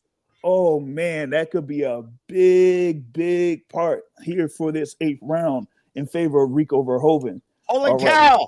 Yeah, so now here we go. We got Rico Verhoeven still, moving around, moving his head, moving his arms, moving his legs. And he's still, having a thing there where the timing is off for Alexander Usyk. All right. Now, We got Alexander Usyk looking like he's trying to go on his lead foot there and have his lead foot on the outside of Rico Verhoeven. See how that would work and see if he would move to his right. Double left and then a right hand attempted by Rico, but all of them missed. I'm in it left here in the 8th round. And now you got Alexander Usyk, trying to mix up the hard guard there to counter with the jab of Rico Verhoeven. And then he tries to attempt the left hand, but is a little bit short. All right. Alexander Usyk tries to land in the jab. Rico looks like he's backing up, but he's still, bouncing around on his toes. But he gets hit with a left hand while jumping back. Now it's more about them trying to swing power shots here. 30 seconds left here in the 8th round. All right, we got Rico Verhoeven still, moving his arms here and things like that. Like his movement has been constant. It has been consistent over the course of this fight so far. All right, and we got 15 seconds left here in the 8th round. He lands an left uppercut from Alexander Usyk, but he gets hit with a right hand himself, and they get in a clinch there in the ropes, and he said timeout. All right, we got a timeout here.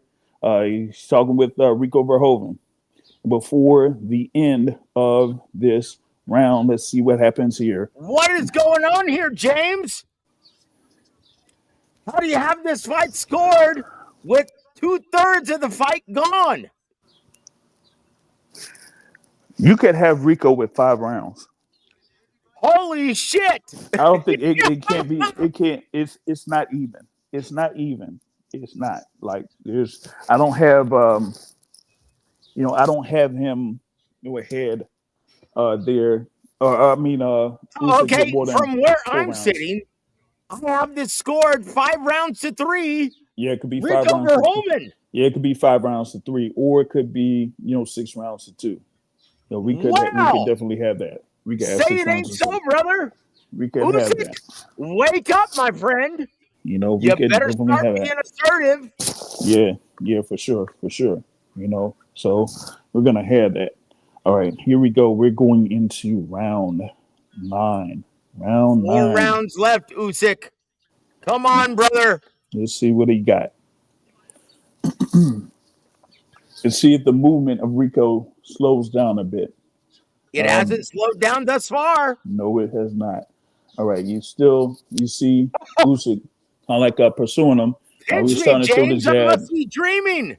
Hey, man, I'm telling you, man, this is going to be Dude, insane. this is a fight. Yes, it is. It is Someone a fight. had better wake up Usyk and tell him this is a real fight and his titles are on the line. Yeah, it is a real fight. But again, it's the heavyweight division. But when you're going up against a fighter that, might be able to take your punch. Oh, man. Oh, and he gets hit with a right hand. And now he has Usyk to the ropes and lands to the body there. But now he has the referee break it up. But you're seeing Alexander Usyk getting caught with the right hand of Rico Verhoeven. All right, we got 2 minutes left here in the 9th round. And you're seeing going Alexander on, Usyk, James? again, like I said, it's Alexander Usyk facing Alexander Usyk. All right, so now we got Usyk. He's throwing a double jab. And he's moving around. Let's see here. We got Rico Verhoeven. He's trying to continue this his movement. All right, more here from Alexander Usyk. Throwing the jab, pulling out the jab. Now he tries to land the left hand. There we got almost halfway through the 9th round, and Rico tries to land here a right hand. And now he's trying to go up after Alexander Usyk, landing a shot left uppercut there while Usyk was backing up to the ropes. Oh, man, now we got another clinch. The referee breaks it up. And let's see here what's going on with Alexander Usyk. Do you notice Usyk now moving to his right, trying to force? Yeah, he's been moving to his right ever since the 8th round. Now, here we go. Dude, he's trying to force Rico into that left hand. Yeah, he is. But now, here we go. We got Alexander Usyk. Now he's trying to be on his toes, just like Rico Verhoeven is. But here we go. We got this thing here. All right, a lead right from Rico Verhoeven. And then here we go. We got this thing going on here. All right, Alexander Usyk, throwing the left jab. And we got 45 seconds left in the 9th round. This is up in the air as far as but another right hand looks like it landed from Rico Verhoeven. All right, here we go. We're getting close to 30 seconds left in the 9th round. All right, here we go. Let's see what we got. All right, 30 seconds left. Alexander Usyk looking like he's trying to walk down Rico Verhoeven, but he hasn't really landed punches there. So he's almost looking like he's being very tentative there. More activity from Rico Verhoeven with the jab. And Usyk tries to land the left hand. All right, here we go. About 10 seconds left here in the ninth round. A feint from Rico Verhoeven and another feint. And now we're getting to the close of this round. And here we go. Nothing from either fighter there to close the round. All right, here we go. All right, hey, real quick. I'm gonna see here. You got me on the queue here on the other side. Can you see if we could switch to that? What's up? Can you switch to? Yes, I can. Yeah, let's do that real quick. All right. Let me hear you, Big James. All right, great. Now you'll be able to hear me right now. Yes, sir. That's awesome. Hold on, let's see this. Right. Now, I mean, we're Here there says, we are can't believe almost we're seeing this. Rico is 10 minutes away from one of the greatest upsets in history. And Jesus M. Oh, the positive Jesus M. I told you, fake bouts. Usyk stuffed his hands in his pockets with Benjamins. Come on, brother. He said cashing out. Come on, man. You gotta love the commentary from the sidelines. Yes. Oh man, here we go, man. James, great job thus far. Keep it going, brother. Round 10. Great job, James. Keep it going.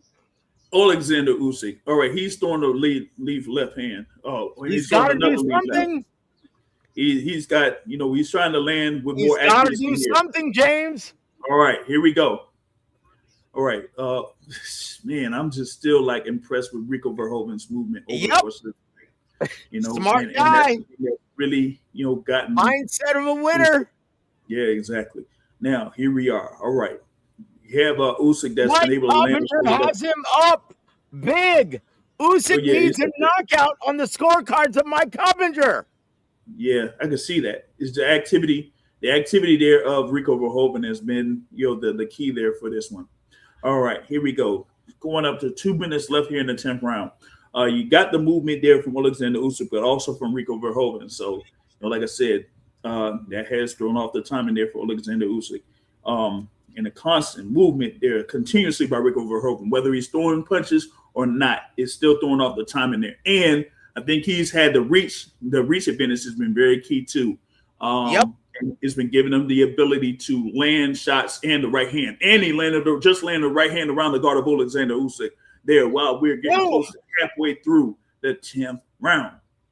All right, here we go. Rico Verhoeven starting to step forward there on Alexander Usyk. Tried to throw punches and land to the body. He throws the right hand upstairs to Usyk. He does a feint.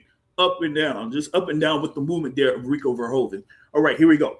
He's still, trying to see if he can land the shot there. And he tries to land the right hand there on Alexander Usyk and then gets close and then is able to get into a clinch. We're getting close to a minute left in the 10th round. A punch to the body from Rico Verhoeven. And then Usyk needs a knockout to win. Yeah. All right. And then a right hook there from Alexander Usyk. But it's still the movement there of Rico Verhoeven that is getting us here. All right, here we go. Another punch there landed from Rico Verhoeven. Double jab attended from Alexander Usyk. All right, and he backs up Usyk to the ropes there, gets him in close quarters. All right, and then they try to swing out of it. 30 seconds left in the 10th round, and you see a left uppercut attempted there from Alexander Usyk, and then a left hook, another uppercut, and another left hook. Landed a couple shots there from Alexander Usyk. He's landed a couple left hands on Rico Verhoeven. Another one. And then he's trying to get to Rico Verhoeven, but let's see what happens here. He's landed. It's about 13 seconds left in the 10th round. But is Rico Verhoeven affected by these shots from Alexander Usyk? He has him in a clinch. He's trying to see Usyk trying to break out of the clinch. He does. And then he gets hit with a right hand. And then it's the end of the 10th round. Wow. And look, my apologies for screaming on this, but I can't help it. As you guys were watching it live, and this is shocking, quite honestly. But it looks it sounds like it's a positive round for Alexander Usyk in round 10. It's a positive round for Alexander Usyk in round 10, but like you were saying, he might need a knockout or a No, couple of I'm knockdowns. telling you, he needs Yeah, a knockout, guys. he needs a Unless knockout. we got Ray Charles scoring the fight. Yeah. So it's really, really, but the thing is like you still have those instances where Rico Verhoeven is landing the right hand. Well, or Adelaide Bird or Levi Martinez scoring the fight. Yeah, Adelaide Bird. Did I just say that out loud? James doing a great job, brother. Let's go. Round 11. Here we go. Round 11. Cross. All right, double jab there from Rico Verhoeven attempted. And then the left hand tried to get through the guard there from Alexander Usyk to Rico Verhoeven. All right, we got Rico Verhoeven. He's like backing up a little bit, but he's still, constantly moving his upper body, and he's up still on his toes. Left attempted from Alexander Usyk, and a left hand there that looked like he landed from Alexander Usyk there. Double jab attempted from Rico Verhoeven. Another jab, and then he tries to follow through with the right.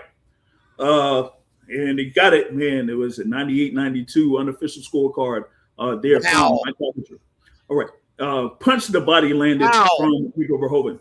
And he's continuously just moving that upper body, moving his hands, moving his upper body. This is crazy. You know what I mean? So, all right, here we go. We still see, all right, since it's the championship rounds, let's see what Rico Verhoeven does. Are we really seeing this? Yes, we are. Yes, we are. This is happening live. All right. And we got a triple jab attempted there from Rico Verhoeven. And we got Alexander Usyk. He tries to land in the left hand. Another left hand landed there from Alexander Usyk.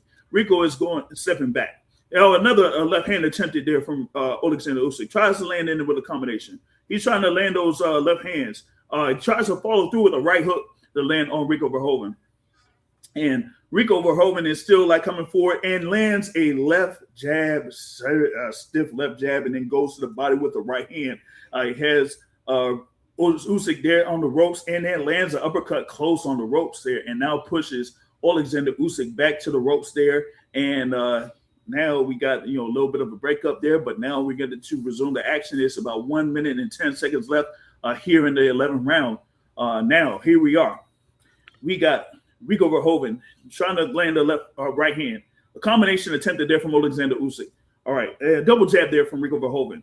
And it's more head movement. And, we tried to land a right hand on Alexander Usyk and tried to catch him. Oh, man, there. All right, here we are. We got 45 seconds left in the 11th round. Attempt to the body from Rico Verhoeven with the right hand. He tries to land the left or goes around with the right hand. I don't know if that landed, though. All right, here we are, man. We're getting close to 30 seconds left in the 11th round. Three jabs there from Rico Verhoeven. 2 uppercuts from Alexander Usyk. Oh, and he gets hit with a right uppercut and puts down Rico Verhoeven. It's 16 seconds left in the 11th round, but Rico gets up. And now, here it is. Could this fight be changed with that knockdown? What's going on right now? Oh, they're putting him over to the corner. He may have lost his mouthpiece, and they're putting his mouthpiece back together. There's only like 10 seconds left in the round. What's going on here? There's only 10 seconds. The 11th round. Can Usyk get this? Oh, no. Here he is before the end of the round. He's going to come in. Oh, no, they didn't. No, they didn't. Oh, they stopped it.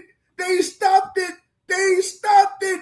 You gotta be kidding me. They stopped the fight. Alexander Usyk gets a crazy stoppage knockout win in the 11th round. He stays undefeated. Yes. Wow. He gets it done with about 5 seconds left in the 11th round. Can you believe it? We were close. I can't believe it. Boxing reigns supreme. Yes. Oh my goodness. Take that, kickboxing. Boxing is better. Now remember, you had the unofficial scorecard at around 98-92 in favor of Rico Verhoeven. I was saying that it was Alexander Usyk looking like he was in there against Alexander Usyk. But then he was able to catch Rico Verhoeven in the past couple of rounds with the left hand, but Dan was able to score that knockdown there before a minute was left in the 11th round to score the knockdown. And then Unbelievable, James. Got Great him. job, brother. Great job. I tell you He what. got him with a combination and landed a left and right hook there to put him to the canvas. Oh, man. That was it. It was just him landing a right uppercut, and then that uppercut just put Rico Verhoeven to the canvas and knocked off his mouthpiece.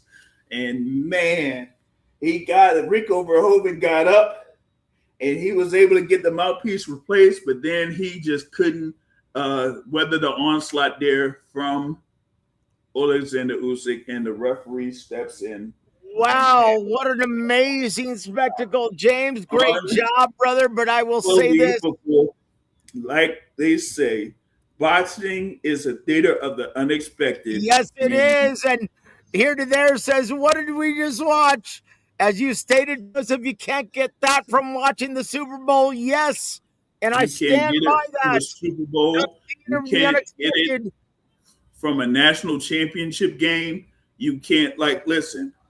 I was in attendance in Atlanta, Georgia in 2016 for the football playoff national championship between Alabama and Georgia. They're at Mercedes-Benz Stadium. And I was, not 2016, that was 2018. So I was there when they had Alabama win by overtime with that touchdown throw. You like that? Nah, you don't get what we just saw. You don't get that in a football game. Dude, that's amazing. Guys, dude, all credit to Alexander Usyk for pulling it out. And he was behind, guys. He was behind. Make no mistake about it. He was behind. Once again, he found a way to win, and that's the majesty of Alexander Usyk. Yeah, that is it, man. It's like out of nowhere, man. I don't know, man, what could be a fight? I can't even think of a fight where it was like this type of a situation. Dude, that's amazing. Man, I can't think of one there like that quick, but geez, that was like absolutely insane. I know that the people there in attendance is like absolutely astounded by what just happened. Absolutely astounded because that was. I'll say this. Rico Verhoeven looked spent. The stoppage was just. Yes. Yeah. The stoppage was just. Yeah. I mean, he was having his way. Yes. But I mean, he really made a great what effort. A great fight, guys, we just witnessed. The thing was, and this is the majesty of Alexander Usyk pulling one out of the bag to adapt and overcome. And this is how good Alexander Usyk is, James. You just can't. It's like no matter how down he could be, no matter how it could look like it's unsuccessful, he's not completely thrown off of his game. This is incredible. Like, honestly, what an amazing fight we just saw. Guys, once again, you cannot count out the heart of a champion. In the immortal words of the late, great Rudy T of the Houston Rockets, never count out the heart of a champion. Listen, what did you say about this fight before this? You said it was going to be like a very underrated fight. Like people do not know about how hard Rico Verhoeven worked for this particular fight against Alexander Usyk. And you've seen two guys there. I mean, you could say it like you've seen two guys there that showed in different ways that they just don't know how to lose. You just have to have a moment like this happen in order for someone to like get a win. Because both men had the mindset of a winner. Yeah. And unfortunately, one had to be coronated. And this was incredible. Oh, that man. right hand overcome cut of Alexander Usyk caught Wait a minute. Rico Verhoeven coming in, and Usyk just finished the job. Credit Wait a to minute. him. I know that we have contact with with Thomas Schreiber. Yep. But I'm going to see if I could get in contact with somebody else that was there. And I didn't notice that he was there until the weigh-ins. But he is a supervisor of the International Boxing Federation, and that's Rob Scott. Whoa. So he's from New Jersey. Yes, from Jersey. That's right. That's right. So yeah, once he gets back, I'm gonna get in contact with him because like he was there front and center to watch this. You know what I mean? And so here to there says agreed, JR. Rico Listen. showed his championship pedigree. This is only 2 weeks after Dubois and Wardley. This sport is hard to beat. Dude, Man, look, we've had what did we have? In the first 2 weeks of this year, we had that upset that happened at the Barclays Center there, for Dalton Smith to win that title there, Yep. by knockout. Then you have a couple of weeks later, you have the event there at Madison Square Garden. Yep. February, you have, Ryan Garcia defeat Mario Barrios for the WBC welterweight title.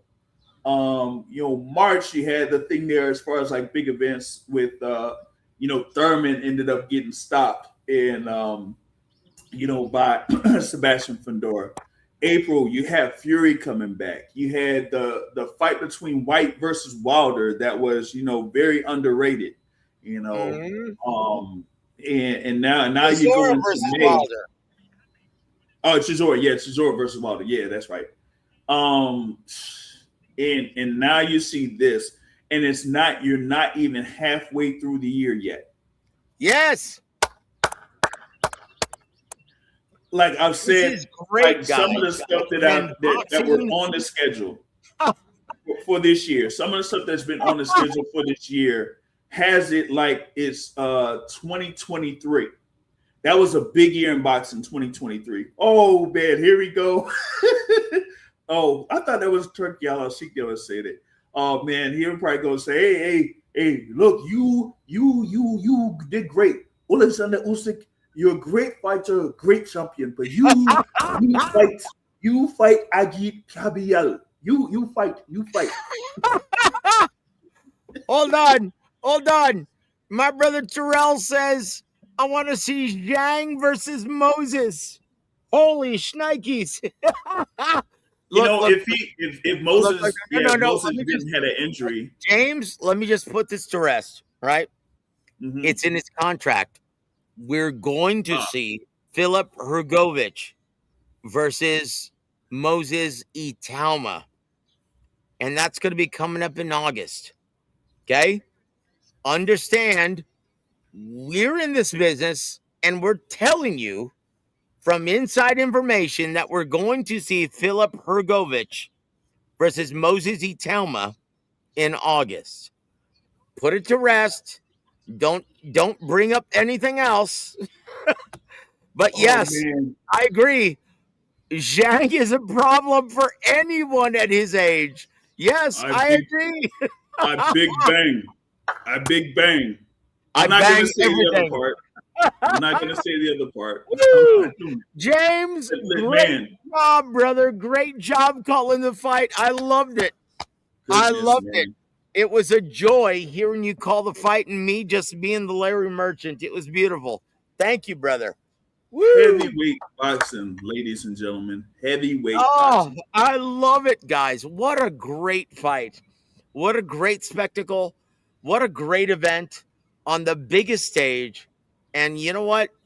Bring it on, guys. Bring it on. More of the events. Canelo versus Mbili. Garcia versus Conor Benn. Bring it on, guys. Alexander Usyk had his hands full tonight. And I didn't even mention a way to win. And I'm talking about 2026, and I didn't even mention the performance David Benavidez against Zurdo Ramirez. And I think you had actually, I don't know if this fight, you know what, this Usyk Verhoeven fight can be a candidate for fight of the year so far this year. You had one a couple of weeks ago between Wortley and Dubois. Oh my goodness! You had one on March 13th. When you had one on March 13th that's on not Pro Box unheard. with Najee Lopez. Yep. You had another one that was on that May 2nd card. I gotta pull up the two fighters there where the fighter that won like won by knockout. Oh no, the Fierro. Oh nah, it was oh shoot, what it was, because I gotta look that up. Because it was oh man. Let me see if I could get that joint there real quick. Because that one was the one right ended up before being it, right? Which one? The one right before it, right? Yeah, Chavez versus Sanchez. Yes. That fight right there. Oh man, that was an awesome bout and ended up with Sanchez winning by TKO in the last round. That was another awesome fight. Again, this is 2026, boxing in 2026 there, man. And we haven't gone through 6 full months. We haven't gone through 5 full months yet. We still got like 1 more week, right? So, goodness, man. You got to love boxing, all right? You got to love boxing. Whew. Oh, my goodness. I love it, guys. And I'm getting a text right now from Thomas Triber, and he's like, what a fight. What a fight. What an outcome. Boxing flourishes on this big stage. Thank you. Thank you, Turkey El Sheikh. Thank you, Ring Magazine. Thank you, Sella. Thank you for everyone involved. Thank you, Big James, for calling this fight brilliantly. Outstanding job. Outstanding job, brother. I couldn't have done it any better. Great job, my friend. So what do we have to look forward to on the boxing schedule, Big James? Well, we mentioned the thing there as far as like Houston for May 30th. So, we got that's coming up on May 30th there with with Oshaki Foster defending his title against Raymond Ford. So that's going to be, something there for fight fans to look forward to. And then, we getting into June. Of course, we have the big fight there at the end of June there with Xander Zayas versus Jerron. Well, don't forget, next week, guys, on DAZN, we've got from Russia, Dmitry Bivol coming back, facing and defending his titles against Michael Eifert.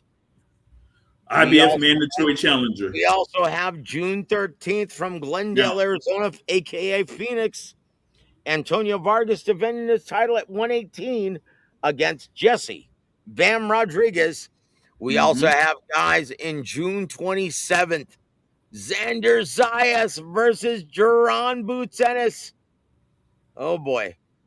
This is... Oh, man. We're supposed to have also, or at least there for the welterweight division, you do have on June 24th there, Lewis Crocker versus Liam Power in Brisbane.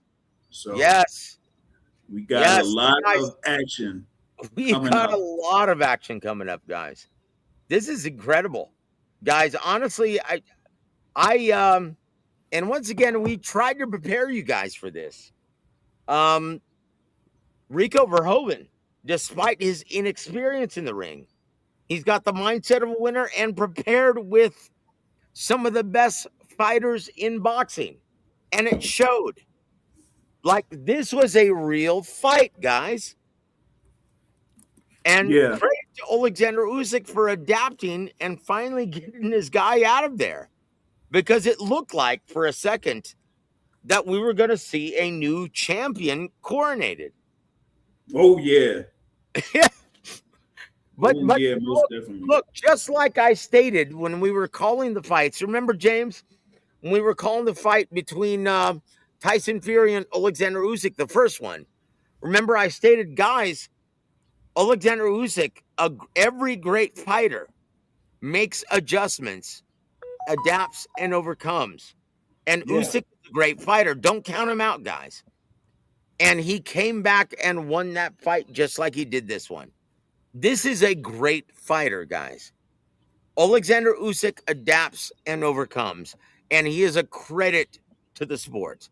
And it's a joy to watch him each and every time he steps in the ring. Yeah, man. Oh man, wait, I did have Thomas's name there, man. I could send him a text, but I don't want to do that out there, man. Listen, You that's an should. absolute high, man. Thomas is down, brother. You should. He's a great Yeah. guy. And once again, man, I can't wait. Oh gosh, please. I don't even. Okay, look, July 4th, American Independence Weekend, Cleveland, Ohio. Abdullah Mason versus Cleveland. Medina, and Bruce Shushu Carrington versus Rene Palacios. That's a Yep. great fight weekend. Yep. And like I said, man, before with Derek Scooter Davis being on that card, so you're gonna Mhm. see a lot of young talent being And featured. don't forget the comeback of Anthony Joshua, July 25th in Riyadh, Saudi Arabia. This is a Riyadh season event.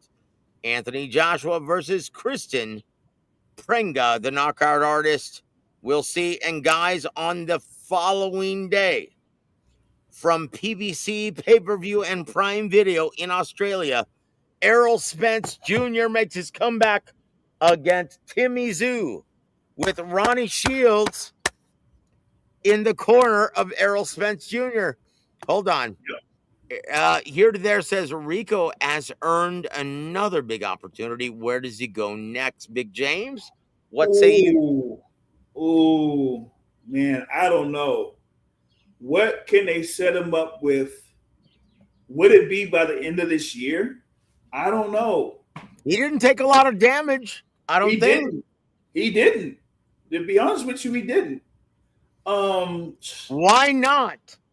Why not stick him in the ring with Agit Kabayel? Well, I didn't see what they were saying on audio because that's why I was, imitating. Nick Turkey. says, and thank you for joining us, sir. Rescued over Rico. Woo! hey, listen. Hey, you can have some of that being brought up because think about it. It was under 5 seconds in the 11th round. Know. But here's my retort. Did you see any complaints from Nope, Rico you Verhoeven's didn't. corner? Nope, you didn't. Nope. You didn't. He was hurt, guys. Yeah. He was hurt, and he spat out the mouthpiece intentionally. Once again, Yeah, that first knockdown, a veteran move by Rico. Yeah. Guys, Yeah, a great fight. A great fight.